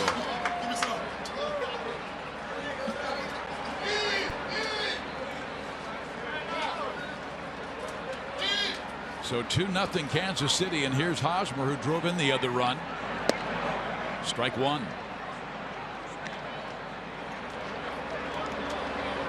Home run number 6 for Lorenzo. 22 RBIs to take over the team lead. Tail of the tape, 403 feet.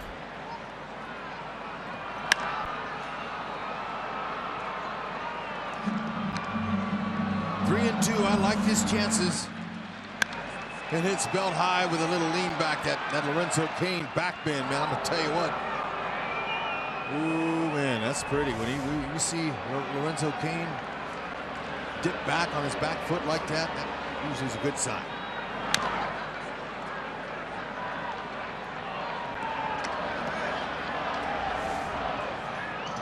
All right, see, he's loading up his hips, picking up that leg, setting it down. Head position, great head position. Head position is right on it. Okay, now go ahead and let it go, guys. Okay, watch the follow through right there. Look at that's the maximum bend. Unbelievable.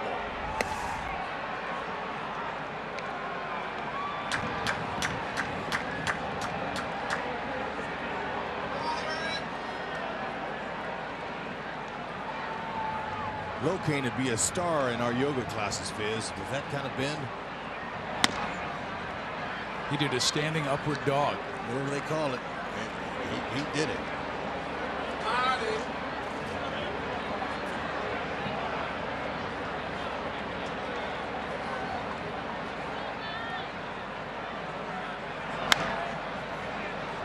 Hosmer making Gonzalez work. He's now thrown 99 pitches.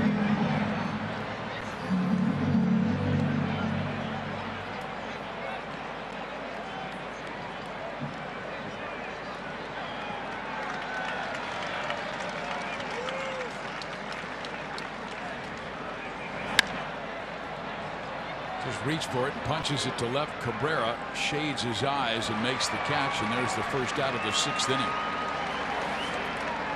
Time for our Jeep drive of the game. Why not watch it again? 3-2. Hitter knows the fastball's coming, but you got to hit it just right. Get up underneath the backside under and get that backspin.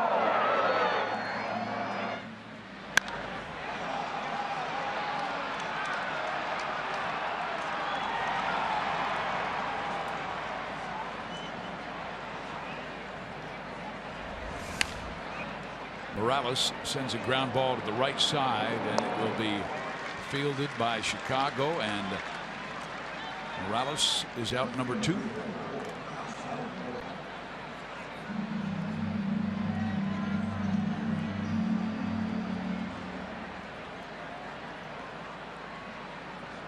Matt Elber's starting to warm up in the Chicago bullpen.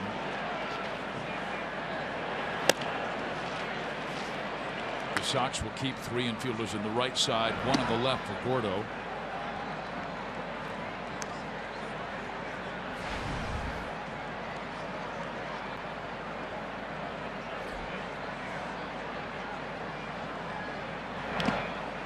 And now Alex stays tough and takes a shot off of his right leg. So a 2-out hit batter. 7th time this year. Alex, not afraid of the ball. He never even moves out of the way. Look at that. Those legs are like tree trunks.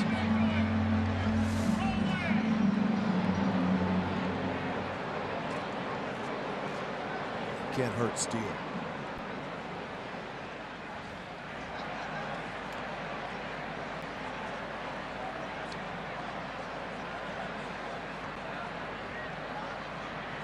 Donnie Cooper will come out for a visit with Miguel Gonzalez, who might be a little fatigued at 103 pitches on a warm afternoon. Albers has had plenty of time to warm, and I think he's ready down in that Sox bullpen.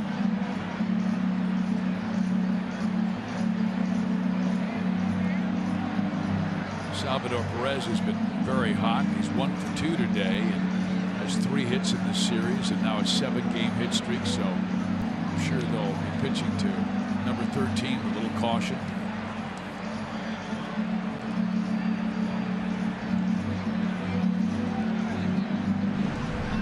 Kansas City fans, next time you want to grab Royal seats, get the StubHub app. Not only will you find seats you love, whenever you want, you can find the best seat for your buck when you sort by best value. We take the price and location of seats and show you which tickets at StubHub give you the best deal. So get the StubHub app today. Ball 1.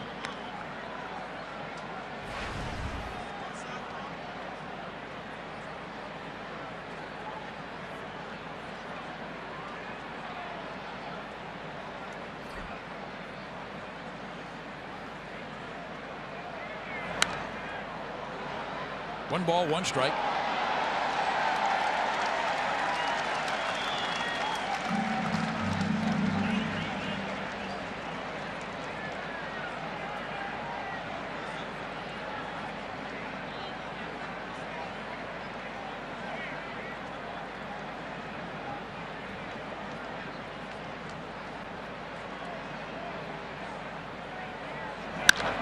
There's a shot down the left field line into the corner and foul.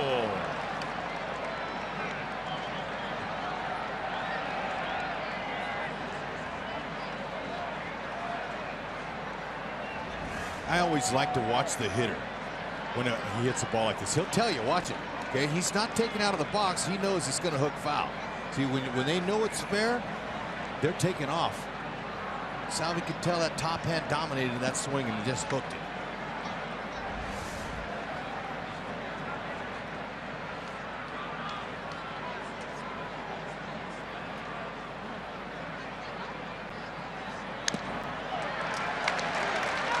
Apparently held on to by the catcher Navarro, so a strikeout, but Lorenzo Cain goes deep, and the Royals have a 2-0 lead here in the Windy City.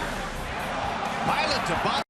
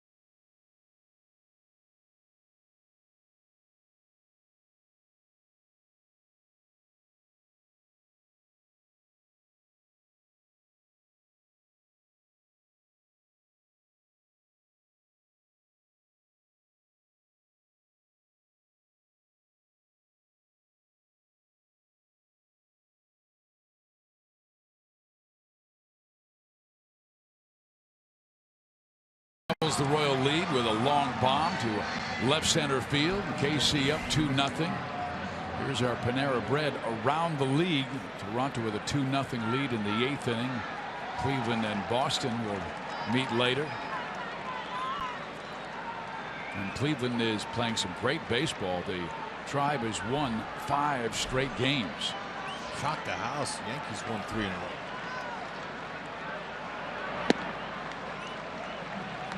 Todd Frazier to lead things off. We told you the Royals in the last week have shaved 3.5 games off of Chicago's 7-game lead from last Saturday to this.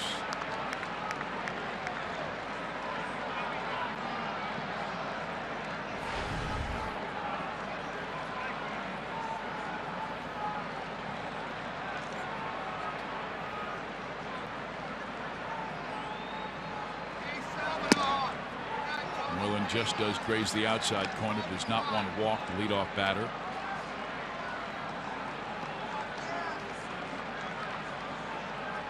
Frazier made a nice diving catch in the stands a few days ago. Ended up with a busted lip. To short, Escobar, 1 out. And he showed me his lip, and he said, you know, it's healed, the outside's healed up, but I still got several stitches on the inside part of my lip. Here it was. You know, unfortunately, he didn't run into a fan. He ran into the railing of the seat. Great effort. This is the kind of energy this guy's bringing to the White Sox this year. Nice acquisition. Doing all he can, and man, he busted his lip quickly. And he ran back to the dugout, and they sutured him up. That's like that Alex Gordon in left field flying into the stands last year in Chicago. We've seen several players over the years go into the stands, and lots of times they come out bloody because you never know what you're going to land on. Very dangerous. Alex Gordon last year, I've never seen anything like that. And the way he explained it was, I got close and I said, "Ah, what the heck." That just sounds like so much like him. You know what he is, Alex Gordon? He's a gamer. Okay, gamer is not a term you give everyone. The definition of a gamer, make the play at all cost, no matter what the score is. Raises the outside corner, advantage Moylan at 1 and 2.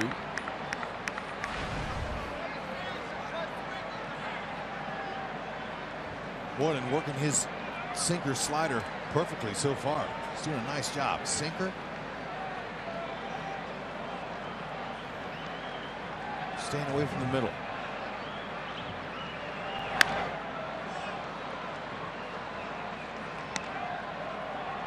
This game has gone well for Kansas City because the White Sox stacked their lineup with so many right-handers, and Danny Duffy shut out those right-handers for 4 1/3, and now Moylan, who's always been good against righties, has been able to solve them thus far. And I'm sure that Dave Island told him before the game, or last night, or whenever, hey, look, you're our first guy we're going to, with their right-handed stacked lineup. Another ground ball to shortstop Escobar. You'll see a lot of that with Moylan. And we were talking about the Alex Gordon catch last year in Chicago.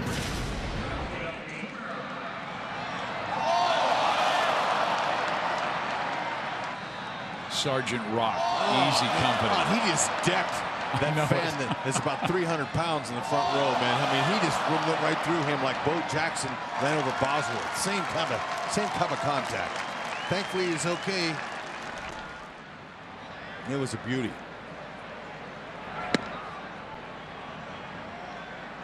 Now Melky Cabrera batting from the left side for the first time today. He popped up and doubled against Duffy, barely missing a game-tying home run in the 4th.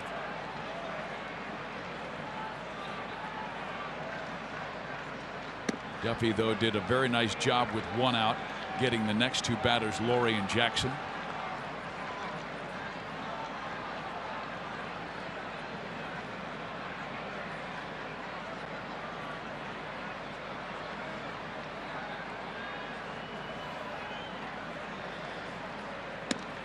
Three and 0.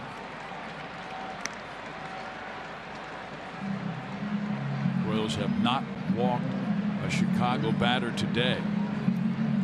Well, Moylan, he's got really good movement on his pitches. The slider breaks quick into the lefty, but that little tailing sinking fastball away is not straight. Look at that. Good pitch. All right, turn the page.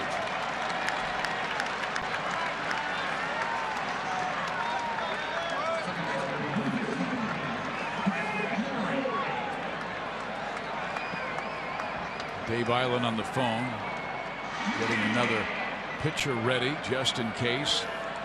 Moylan has had very good success against right-handers and worked around the lefty swinging Cabrera. You can cement your memories forever with a championship legacy brick. Create a personalized message that includes the 2015 World Series champions logo. There's a base hit to center field by Laurie. Cabrera stops at second base.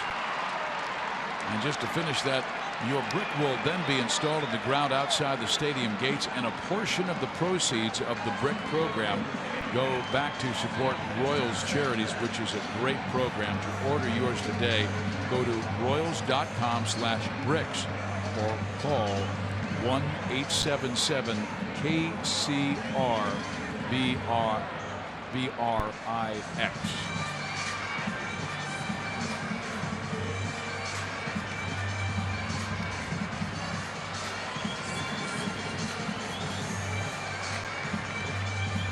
Two outs here. I think Dave Eiland's pretty comfortable. He's leaving Moylan in. Chen-Ming Wong loosening up in the Royals pen.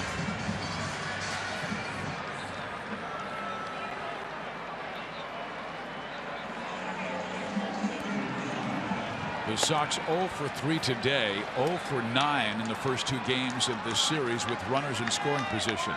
First and second, 2 out. Jackson takes low ball 1. Good spot. Good sinker.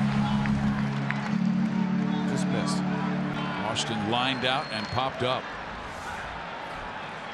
He has knocked in the only run in this series for Chicago.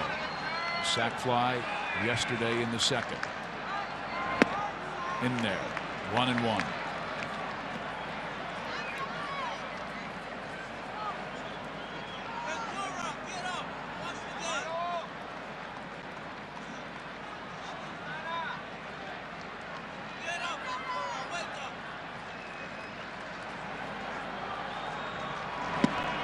One and two. And that's got a lot of depth to it, that slider. It's a flatter type slider, but it's very effective. Doesn't have that downward break, but it's got that nice little lateral movement away there.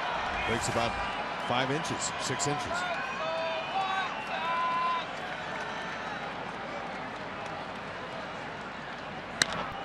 Pulled to third. Moose will touch third. Inning over.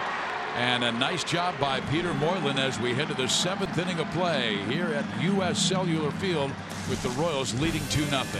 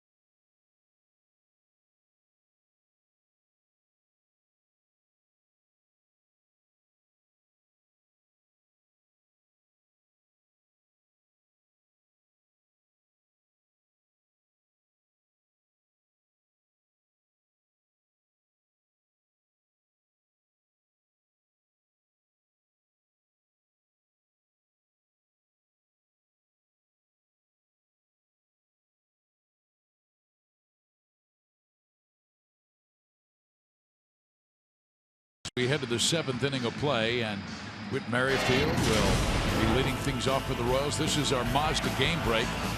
Jose Bautista has been leading off for the Jays recently, and he goes deep.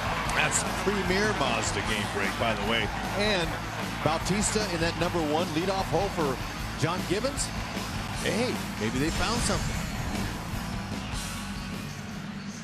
Robin Ventura going with Matt Albers. As you see the American League East right now, the American League East champion Blue Jays 6 games back of Baltimore. Royals hosted a sizzling Red Sox team earlier at the K this week and took 2 out of 3. Alberts looks like he's doing pretty good this year. Only 5 walks, 12 strikeouts. He's got good stuff. But he has not pitched well lately. He suffered his 3rd straight loss Tuesday, Rex, allowing that game-winning 2-run home run to Evan Gattis in the 11th inning. First pitch to Merrifield is low, ball 1. He's a sinker baller. 90 to 95 slider and a changeup. Witt has flied out, struck out. 0 for 2.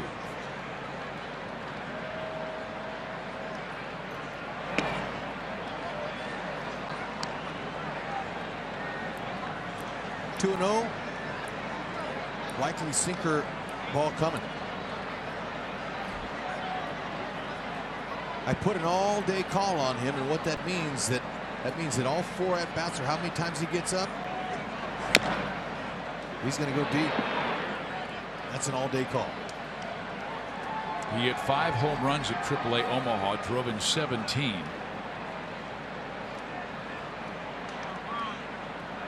That sinker, though, that sinker baller, that's tough to get. You got to elevate him. Or if you're going to hit one out of the park, a guy like Albers, it's not easy for him. But Albers has given up 2 home runs over his last 2 2/3 innings. You've got to wait for that mistake and hope he throws it. And that is squeezed off to the right side and fielded by Jerry Sands. 1 out. Good swing. Early today, we asked that sprint trivia question about Venezuelan shortstops who have won Gold Gloves. And this young man from Southern California, but Escobar on the Royals side has won 1. Who are the 4 Venezuelans to win the American League Gold Glove Award at shortstop? Aparicio, Ozzie Guillen, Vizquel, and our guy, Esky. Those are your guesses. That's my guesses. Look at that. You're 4 for 4. You know what? We got an all call on you today. Don't kid yourself, man. Rhino's out of the booth, man. He dominates usually. Today's my day. Ooh, there's nice. a shot up the middle, and Dyson is 3 for 3. So he's the guy who's got the all call going. And I'm just talking about singles.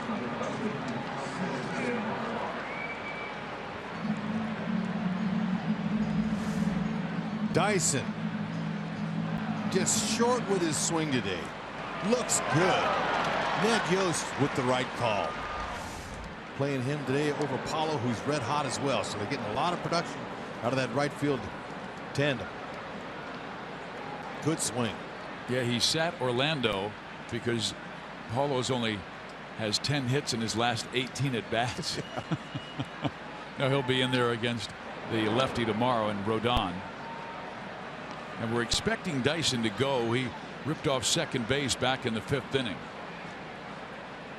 You know, I was perfectly okay with that whenever I heard that early in before spring training, how Dayton Moore and Ned Yost decided they would let Dyson have a fair shake of the reps out there in right field, and Paulo would be there for any lefties. I was okay with that because being a platoon player myself, I knew that's good. That's good competition between the two. And you know, you combine both of those guys' numbers at the end of the season, that's way more production than they got out of that spot last year. And they have good organizational depth at that position. Brett Eibner, hot right now down at Omaha. In the air, left side. Melky shading his eyes from the sun. He's there to make the catch. Dyson tags, but will not go. 2 out.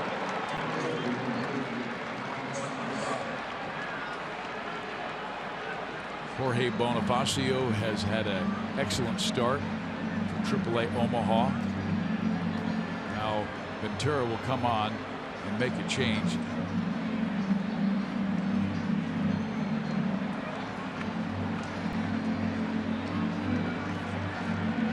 And the lefty almost fell down the stairs. That wouldn't be good.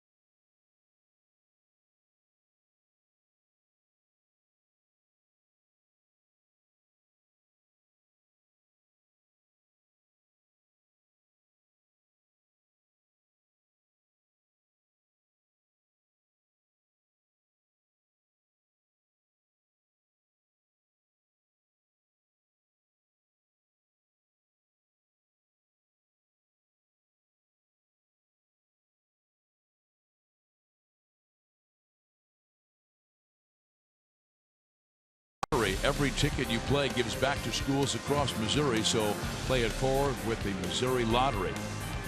By Menards, save big money at Menards on all your home improvement needs. And by your Midwest Ford dealers, visit us at yourmidwestforddealers.com. Fizz, have you ever taken that boat tour we just saw down there in Chicago? No, but you know, I've rented a kayak and kayaked the river. You have not. I did too. You remember 2 years ago when we went to the playoffs? Oh, and Davey put us in a different hotel. It's pretty cool. I was able to do the tour myself in a kayak in the river. Here is Dan Jennings, an ERA of 2, but he's been better than that if you go back to last year. Since August 4th, has a 1.33 ERA. One of the best relievers in the game.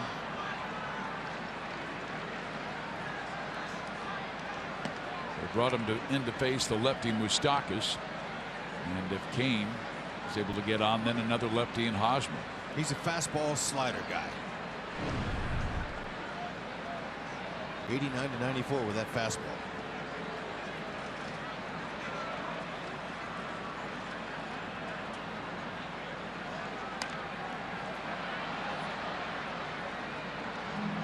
Pretty quick home too. He is making it tough on Dyson to get a jump. How about Moose? Has the eye black and sunglasses on. Nice bright sunny day here in Chicago. All that does is takes the glare away, that eye black. It works. Sunglasses, very little squinting, which takes away energy.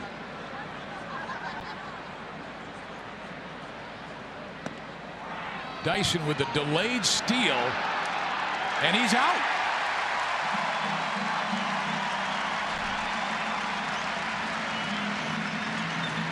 Navarro, Saladino, he didn't get fooled on that one. Good short throwing stroke there by Navarro. Just gets it.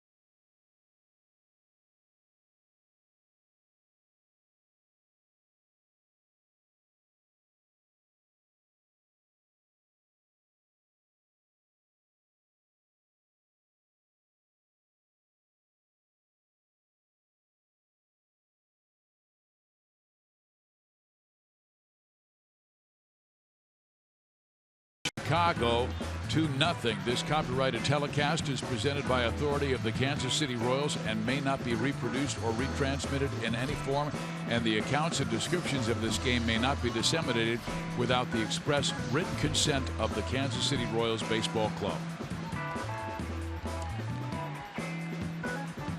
We have a new pitcher at U.S. Cellular Field. It will be left-hander Brian Flynn. Steve Pizziak, Rex Hudler, Joe Goldberg with you. Bottom of the order, Navarro, Saladino, and then back to the top, and Adam Eaton. Ball one. Okay, we like Flynn to win, but how about today, Flynn to hold? Just hold a big breaking ball. You just saw it. Luke Hochevar has thrown 5 times since last Saturday, so he is likely unavailable.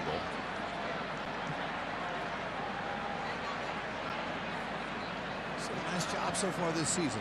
He's got a good sinking fastball. Ball gets on you in a hurry.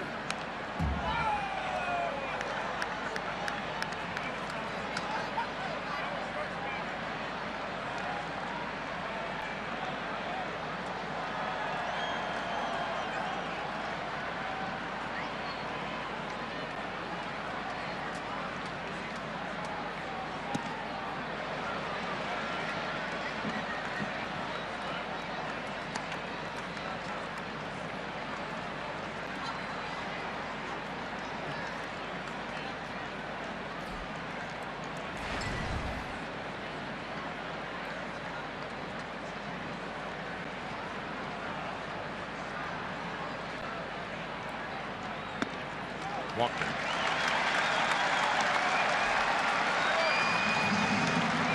The Royals and Fox Sports Kansas City are offering a unique way for fans across the Midwest to enjoy a game at Kauffman Stadium. It's called the Be Royal Fan Express. Fans in designated markets will have the opportunity to win a trip to the Cave. The next stop is Wichita on May 28th. Go to Royals.com/Fan Express for more information.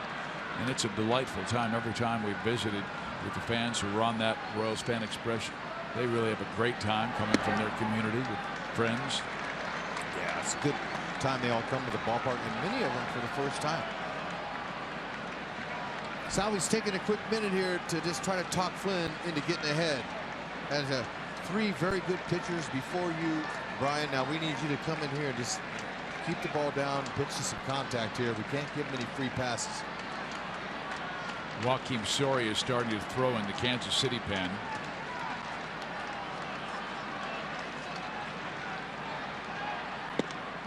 Strike, 1-1.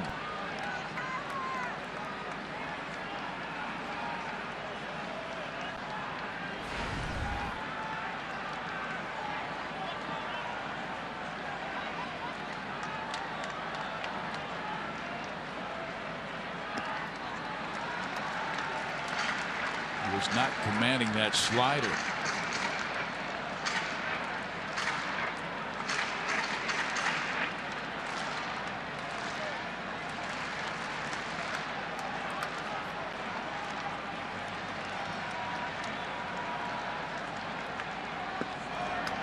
Three and one.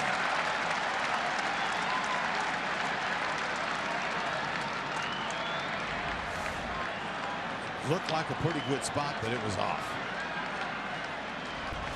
Salvi tried to help the umpire, Gabe Morales, as much as possible. If I'm Saladino, I'm taking here. No, he's swinging. Here comes Gordon. Can't make the play. 2 on with nobody out. Well, he got him a pitch. He knew he had to come in there and jam him, but he fell for a hit.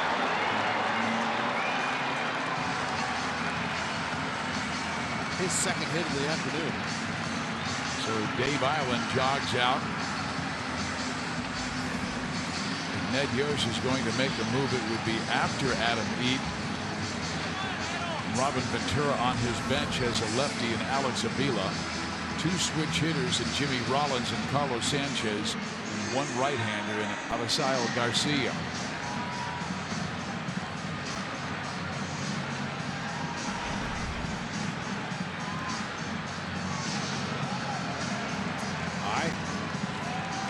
With good speed.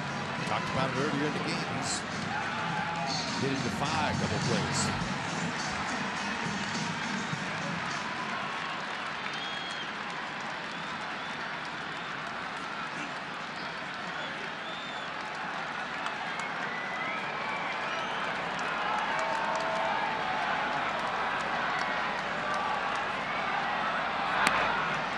Bunt. Moose bobbles. No chance. Bases are loaded.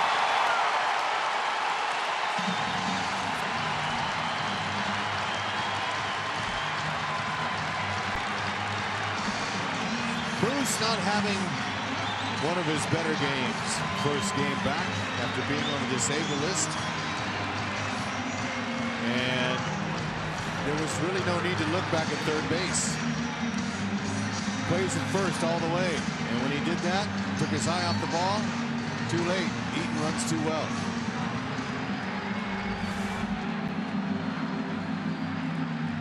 Pitching change here in Chicago.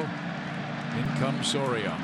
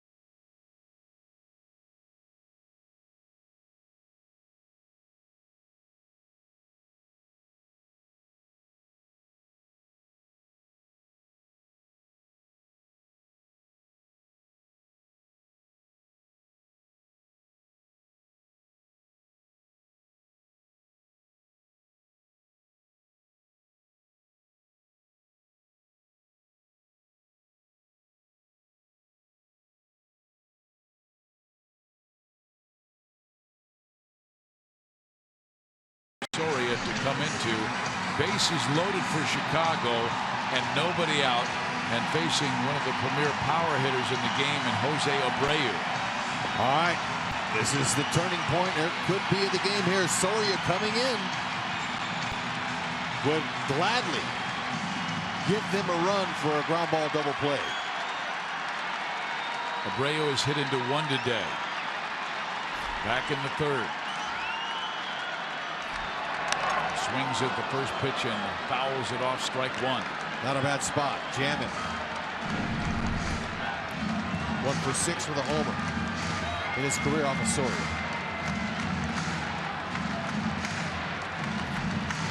Abreu uses the whole field. If you miss out over the plate, he's going to pound it to right field.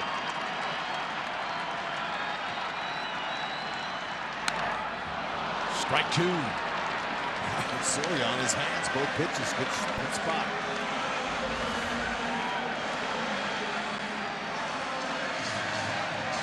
See, he didn't try to pull that. He tried to serve it out there to right.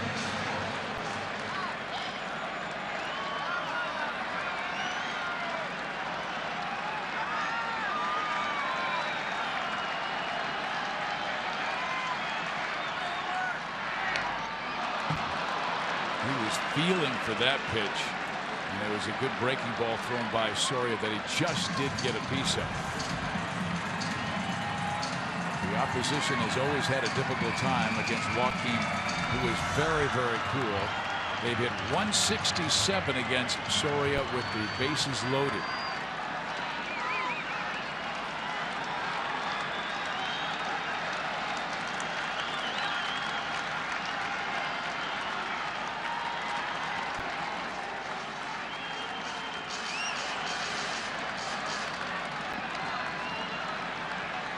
2 heaters on the inside, curveball. Let's see if he goes back in there again with a heater. To Escobar, a 6, a 4, and a 3. Double play. Chicago does score a run to cut the lead to 2-1. Whew. Yeah. If they couldn't get a strikeout, the next best thing was the pitcher's best friend. A double play. Wants to pitch. First pitch, hit is up. Kind of jammed him a little bit. Second pitch, he tried to fight it off again. Here's a big man not trying to pull the ball. And there was a curveball that hung up there. That fastball there just fooled him. Got it. Whit Merrifield turning 2 double plays for the first time in his big league career at second base. Doing a nice job. Now Saladino at third base representing the tying run. And here's Frazier, who was up in an important situation in the 7th inning last night.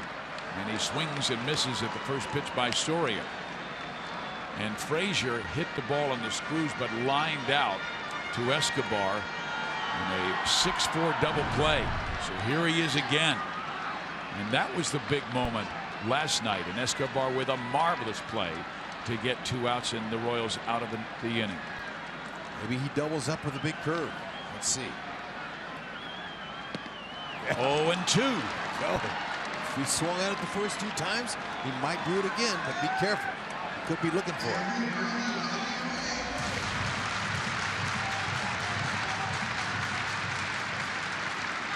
Good spot. Don't leave anything up, that's for sure.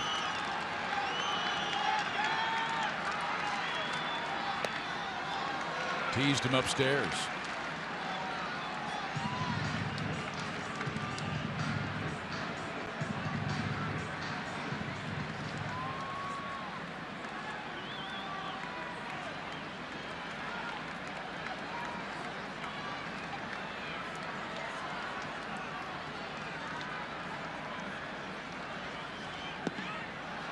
Two balls, 2 strikes.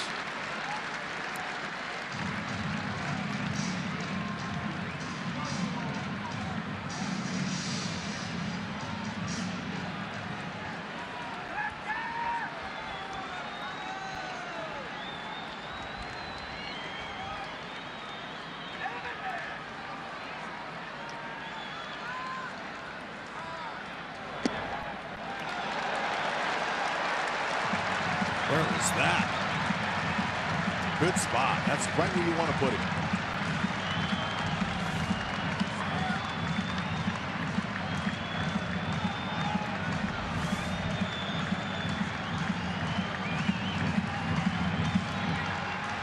Joaquin is gone from 0-2 to 3-2 to Frazier. I'm not giving him a fastball here. Ground at third. Moose has it. Guns it across the diamond. That's the job. What a fantastic job by Joaquin Soria. Bases loaded. Nobody out. Only 1 Chicago White Sox scores.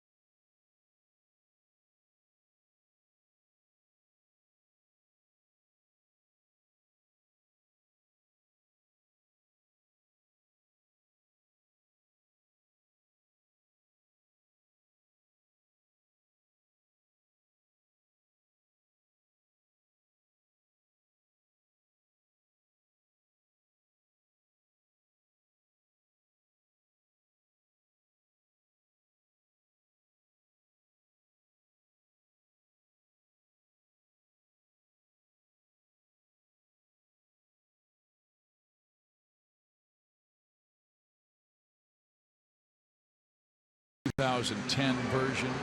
HUD, he was outstanding getting out of a bases-loaded jam, only allowing 1 run, getting double play, and then a ground out for their 2 top hitters, Abreu and Todd Frazier. He's got ice water in his veins, Fizz. That's one of the reasons they gave him a 2-year deal. They believed in him. 3-year deal, excuse me. They know what he can do. And you need a veteran to come in situations like that, not going to panic, and execute his pitches. Well done. Especially with their meat of their order and as hot as those guys been so far early this season. So Jennings will stay in. Mike Moustakas swings and misses at the first pitch. Moose has struck out all 3 times. He was at the plate when Dyson was thrown out on a delayed steal to end the 7th.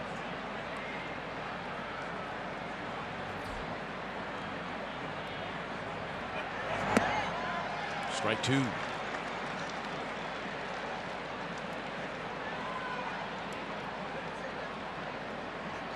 Jennings will keep working that slider away if he keeps swinging at it.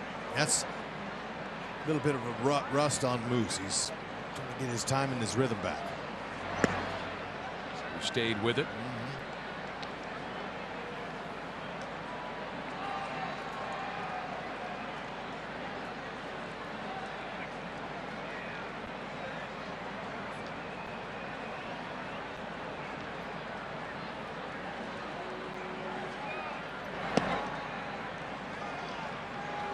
That's it. The more pitches you can see, the better off you are. You get that rhythm and timing back by seeing pitches.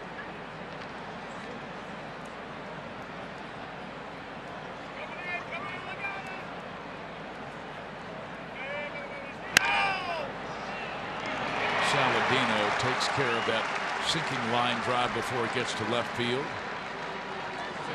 Fox Sports Kansas City is supporting the Paul Splittorff Memorial Golf Classic on June 13th at Lakewood Oaks Golf Club.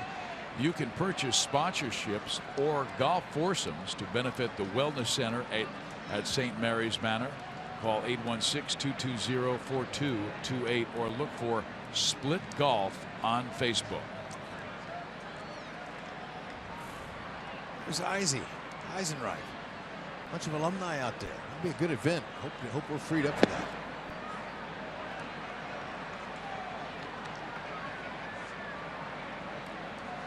Kane is singled and homered.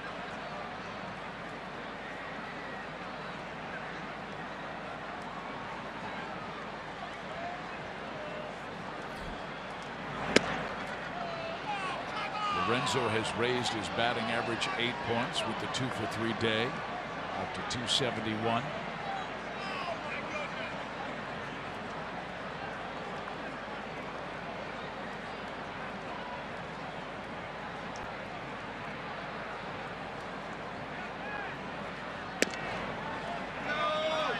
That home run against Chicago was his 8th against Chicago. Yeah. Like to see it and hear that sound.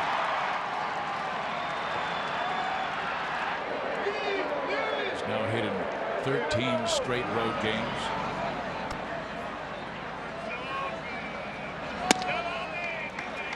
Three and one.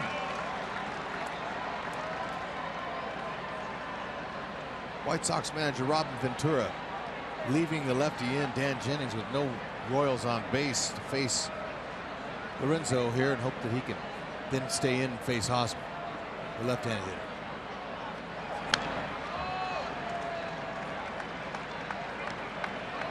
It's a nice rip there.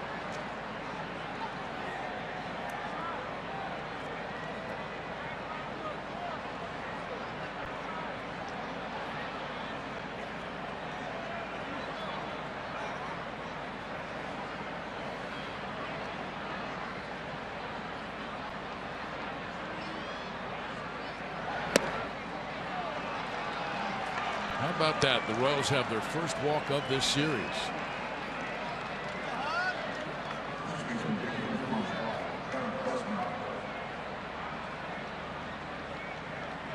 It's 13 walks for Lorenzo on the season. Gordon and Hosmer have the most with 15.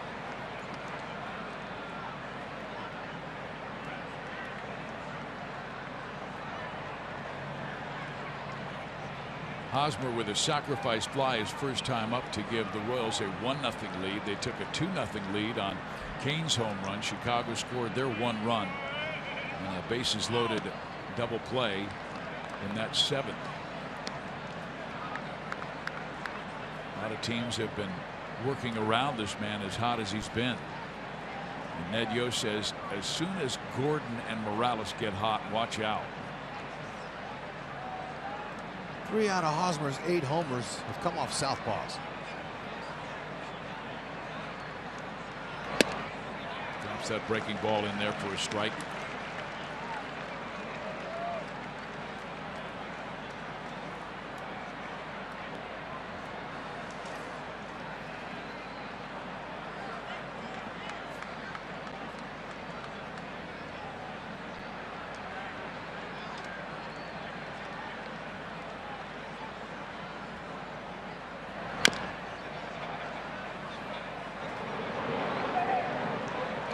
Jennings looks like he's got a really good slider today, especially to the lefties. He's got Hosmer pulling off of it, and he had Moose pulling off of it. Hardest thing to do with a left-handed hitter facing a lefty is to keep that right shoulder tucked in. Keep it closed. Because when it flies open, it's the same as a pitcher. And when his shoulder flies open, he leaves the ball up. And the hitter has nothing left when his shoulder pulls out.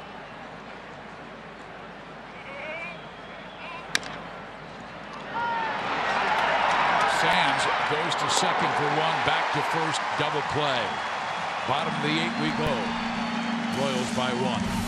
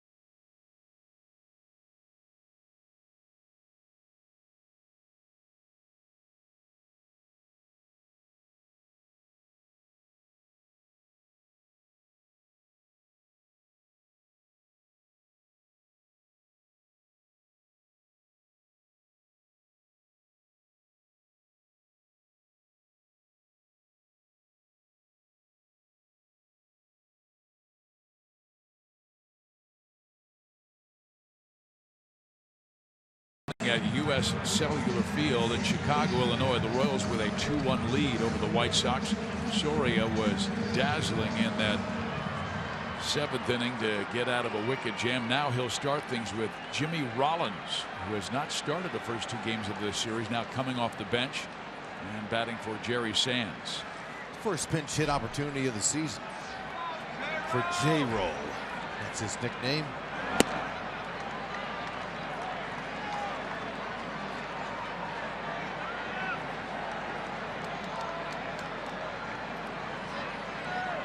It's 135. It's not something that he's used to doing, being an everyday player. It's pinch hitting. It's tough.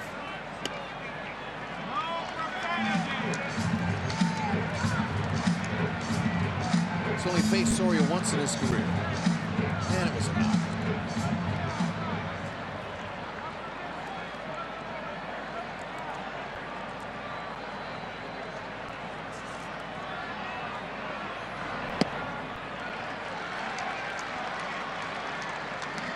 Trouble started with a walk in the previous inning, a leadoff walk to Diana Navarro. He's the only Sox to score, but Soria, usually a strike thrower, off a little bit to open the last of the 8th. He's going to have to get right back in this count here.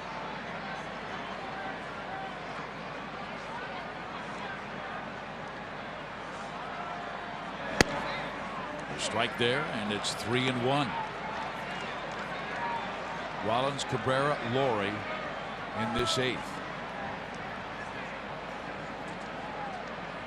Nobody up in the Royals pen.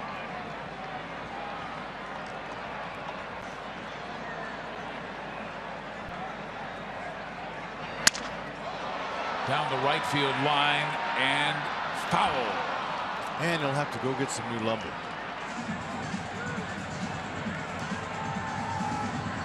So the Bat Boys, he brings out his secondary bat, and he didn't want it. So he told the Bat Boy to go back and get him another one.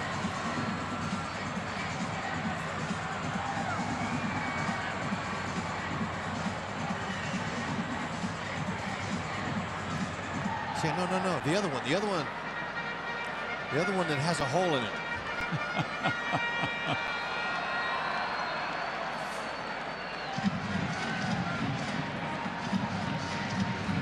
Star with the Philadelphia Phillies, now bouncing around at the twilight of his career. Part-time starter here in Chicago, but he's played over 2,200 games at short in his career, 7th most all time. It's a wonderful career. White Sox are fortunate to have him.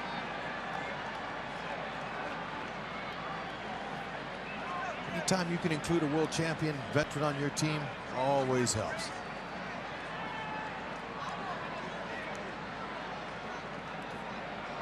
Same pitch, fastball down. Ooh, curved it. Nice. How about that? Way to come back. Battles back from a 3-0 count and strikes out Jimmy Rollins. Man, and Rollins, he thought a fastball was coming as well. So he's up there to hit, not to take and walk, and Soria got him. And that was ball 4. Now Cabrera, who has popped up, doubled, and walked. Switch hitter batting from the left side. Good power. 0-1.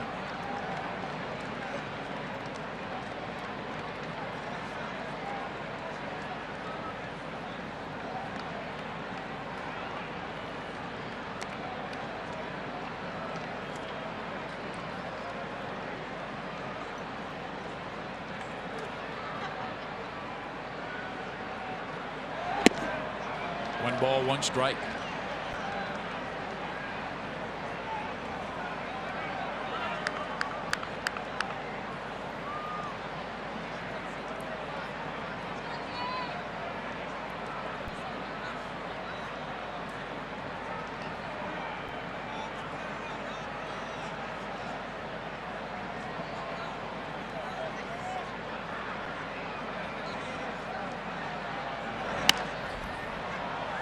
Advantage Soria.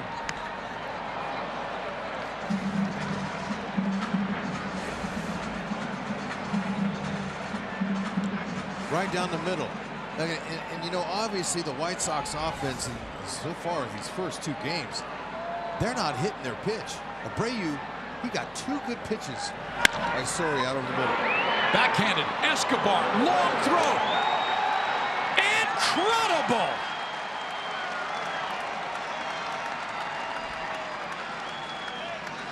Melky should know better than that. Escobar. Wow. Whatever. You know what really, and it got him by a mile. He could have saved the slide at first base, Melky Cabrera. It was the release. Watch how quick he brings it from glove to hand and throws it. And he got on top. You see what I mean? When you stay on top of that ball, it's a straighter throw. And it's all about the arm angle here. Throwing down. Not underneath the ball, it never gets there. Using the turf, got him by a mile. He's not even in the picture yet. Big pick-me-up there for Soria. That's what defense does. It energizes the pitching staff. And this is Royals baseball. What we're seeing, the last week. I'm sure a lot of fans were scratching their heads saying, what's wrong with our world champions? But every single team goes through stretches where they're up and down. But lately it's been just enough starting pitching, the great bullpen, ridiculous defense lately, and just enough clutch hitting. So, you know, it energizes the pitching staff. Obviously, it picks the pitcher up, but it also demoralizes the opponents. They're all going, oh, again? We can't get a rally going. Right. And when we do, they bring on Soria or another reliever to squelch that rally. We saw it so many times the last 2 years. This one far from over. 4 outs to go and only a 1-run lead.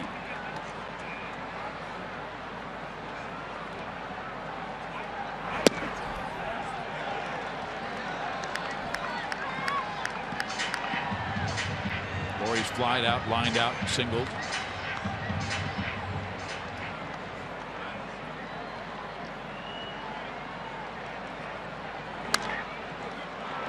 Escobar.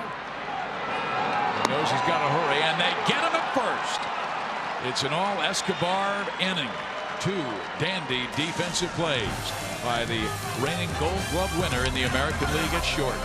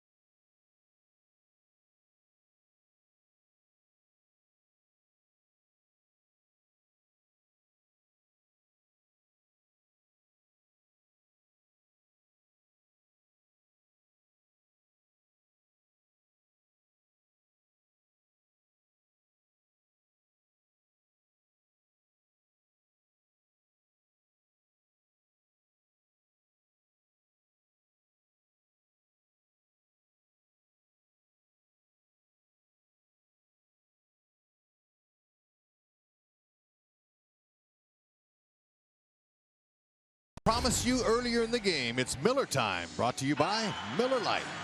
Joakim Soria, he got through the toughest part of the White Sox order. A couple fastballs and a curveball and a high fastball induced a little 6-4-3. Gave him the run, but they'll gladly take 2 outs and give him the run. Now Frazier comes up, big curve. Frazier's trying to hit a bomb, ain't working. 2 pitches, set him up for the next pitch coming. Didn't. He spit on that one. Another borderline pitch. Should have been rung up. And then a nice little ground ball to Moose. Great job by Joakim the Dream.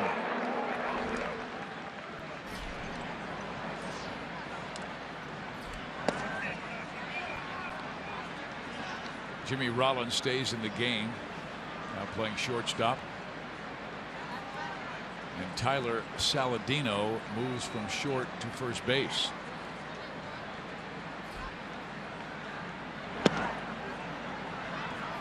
Balls, no strikes to Morales, who is 0 for 3 today. A ground out, a strikeout, and a ground out.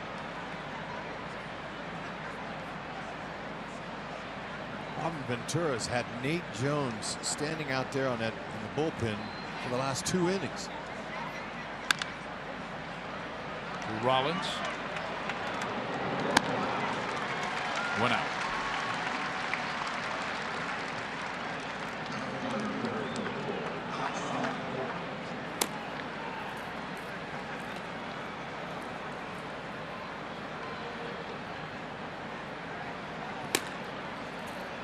Wade Davis starting to throw down in the Kansas City bullpen. He has worked 3 times in the last 6 days. After just 3 in the first 14 days this month. Now he's getting more work. Gordon 0 for 2. He was hit by a pitch back in the 6th inning.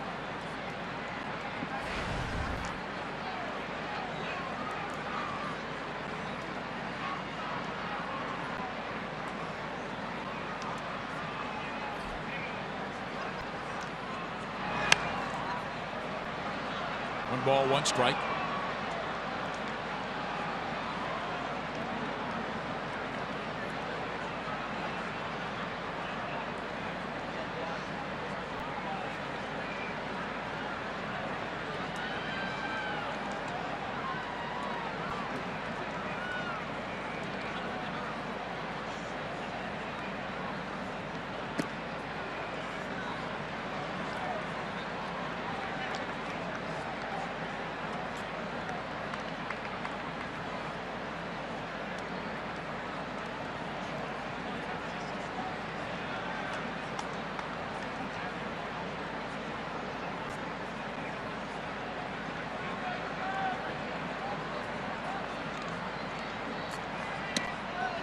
Three and one.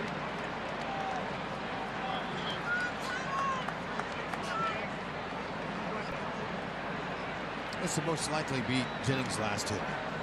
You have two right-handers, Perez and Merrifield, waiting.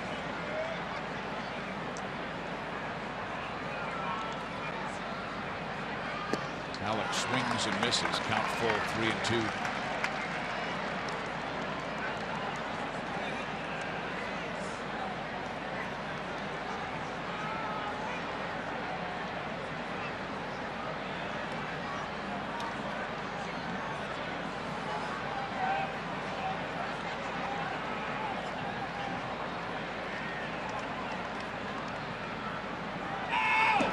Check swing. He did not go, and that is ball 4, and the Royals have Gordon on with 1 out.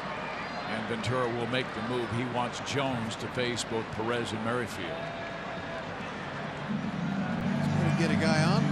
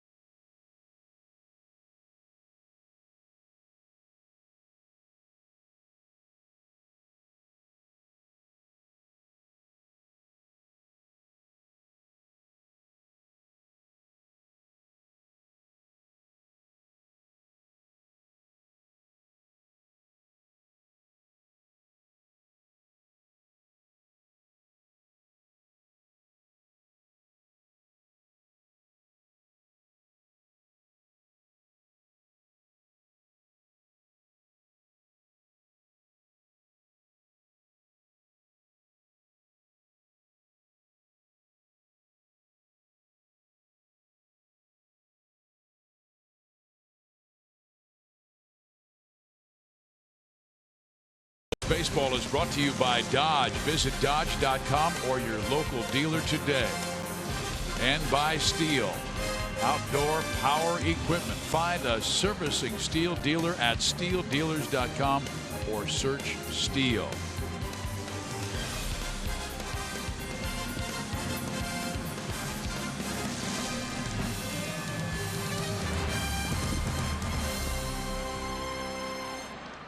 Nate Jones comes out of that bullpen.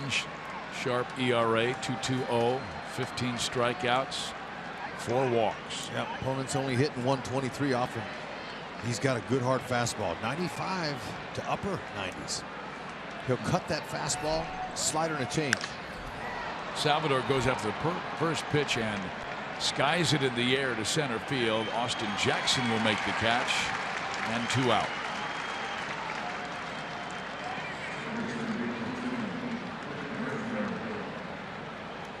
Merrifield 0 for 3 today. He's the Royals' 9th round pick in 2010 out of the University of South Carolina.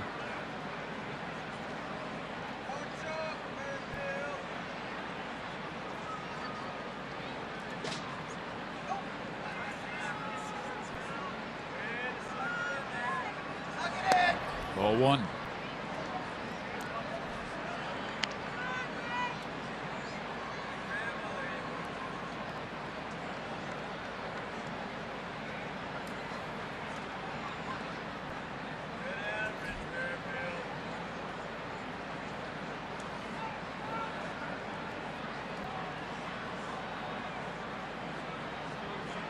Imagine him coming right back at Merrifield with a fastball.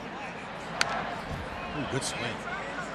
Jones, little funky arm angle when he gets ready to release that ball. He comes up and he just holds his elbow.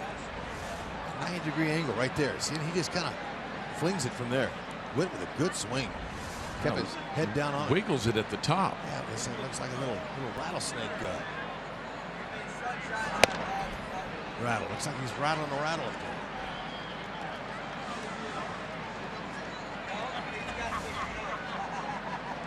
See how he just brings it out of his glove. He doesn't bring it down. You know, a lot of guys will bring it down around their hips and have that full arm action. He brings it straight up. Very different.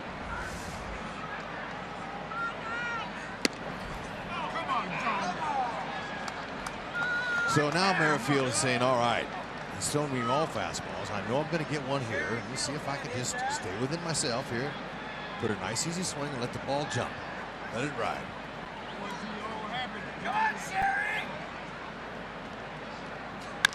He cracks one to left center field. Gordon races for third. And Merrifield took a wide turn at first base. Now retraces his steps as he gets a line single for his second major league hit. That was beautiful. That ball was a line shot. He squared it up. If he gets up underneath that fizz, he would have answered the call. That would have went out of here. But it's okay. He's staying in the middle of the field. 3-1 coming. Look at that swing. Nice. This kid's got some action. Keeps a good still head position. Head's perfect with that. Look at that. Everything's down. You can draw a stake right through him. Good balance right there.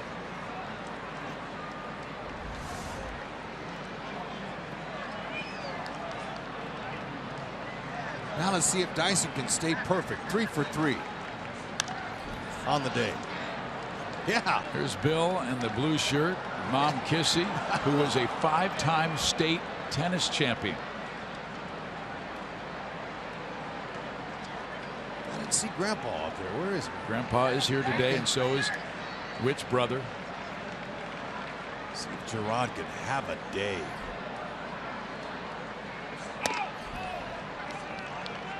Give Wade Davis a little bit of insurance. A little bit. There's Gramps.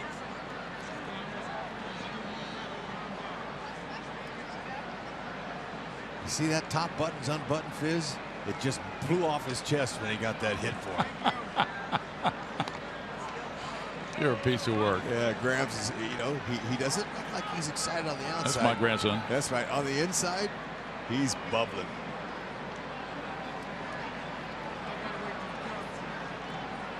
Let's see if Merrifield will rip him off his first bag. Let's see.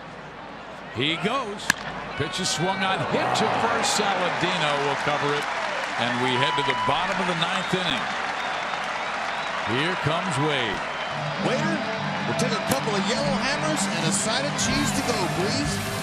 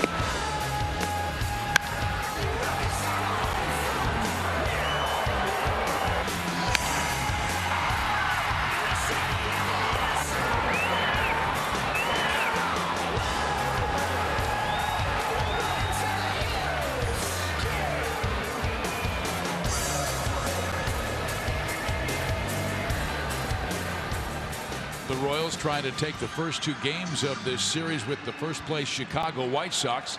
They won last night 4-1. They lead this afternoon 2-1. Kane 2 for 3. Soria was outstanding in relief, and now it is up to Wade Davis, who recorded his 10th save here last night.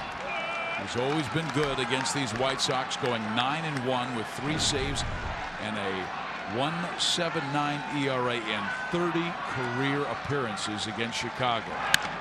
Ground ball, second base, Merrifield. 1 out.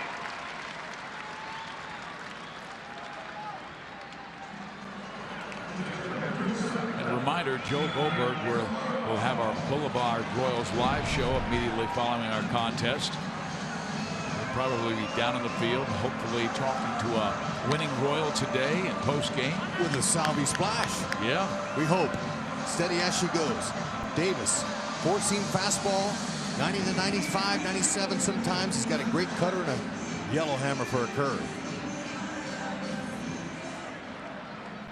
Navarro batting from the left side. And that ground ball to Whit Merrifield, that was his first ground ball that he's gotten all day. Now he's turned 2 nice double plays.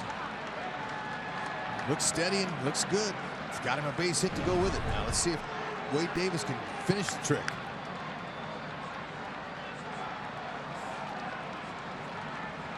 Because of Navarro's speed, Merrifield is in shallow right field about 20 feet out on the grass.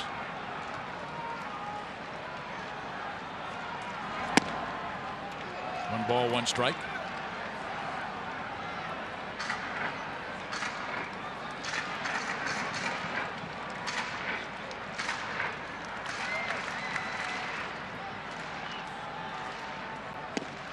In there, 1 and 2, and Davis has struck out 14 in 14 and 2/3 innings. He's only allowed 8 hits. That's a nice curveball. He's able to get it over. Just did get a piece of it.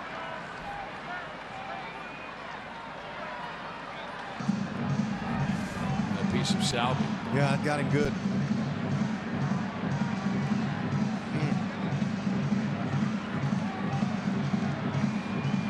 Gabe Morales has taken a few foul shots in the past, giving him as much time as he needs to recover from that shot to the chops. And now out comes Nick Kenny and Ned Yost. Look, those jaw shots are the dangerous ones. The ones that hit up, you know, right there in the center of the mask, they still hurt, but it's the jaw shots that move that jaw. They've been able to use the old steel cage that handles the ricochet much better than the new aluminum versions. He says he's ready to go. Titanium with the lighter mask, but you know, it's the steel masks have more. They absorb the blow better.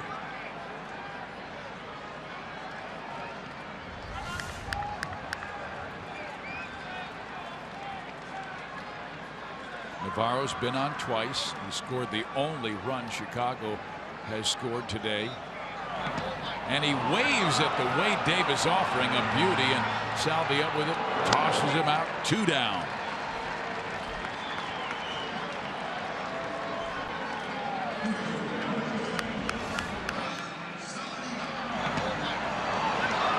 That's a beauty. That curveball, it's tough to lay off of because when it comes out of Wade Davis's hands, the depth on that's about 2 foot, and it starts at the belt. It looks good to the hitter. 2 strikes. Wade got him to swing.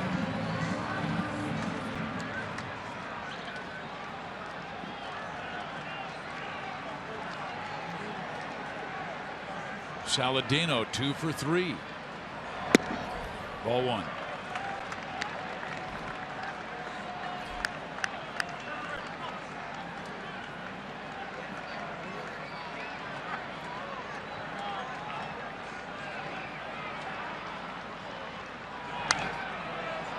Ball, 1 strike.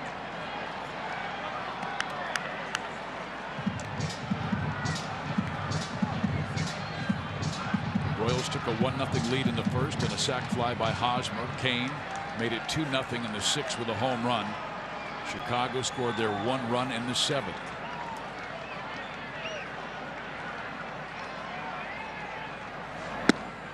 Two balls, 1 strike.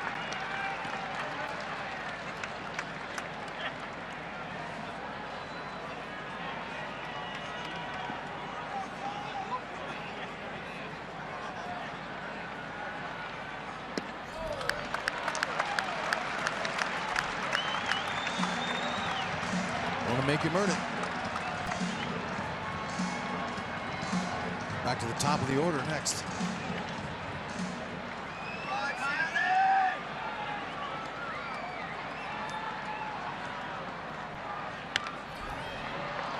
Back in there, 3-2. Yeah, Saladino, man, he's taking a rip.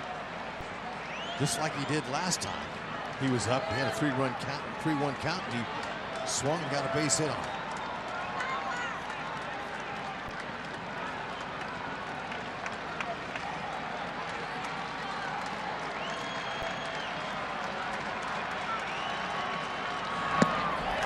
Just low. Ball 4. So the game not over yet.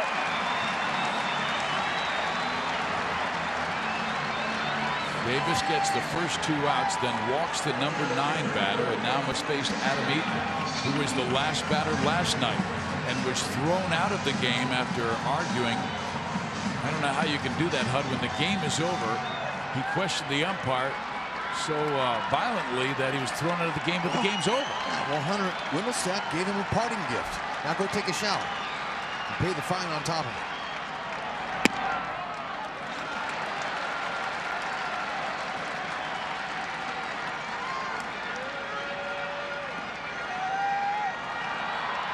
Davis usually has outstanding command with that 4-seam fastball.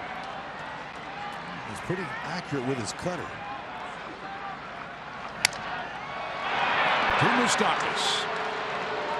And the Kansas City Royals have taken the first 2 games of this 3-game series with the Chicago White Sox. Kane with a big home run. Gerard Dyson with 3 hits. Escobar with the defense. Davis with his 11th save, and you can crown this one just another Royals victory. That's right. Waiter, check please. How about that? The Royals have won 27 of the last 40 games since 14. And look at the series wins. Wow. And the domination on the road at the Cell since 2011. Incredible. Did exactly what they wanted to do. Send the Sox fans home quiet. Last Saturday, the Royals trailed by 7. Now they trail by just 2.5. That's right. Steady as she goes. Lorenzo Cain rakes here at the Cell. 6th inning. Gonzalez tried to sneak a piece of cheese by him at 3-2. He put that lean back on and hit that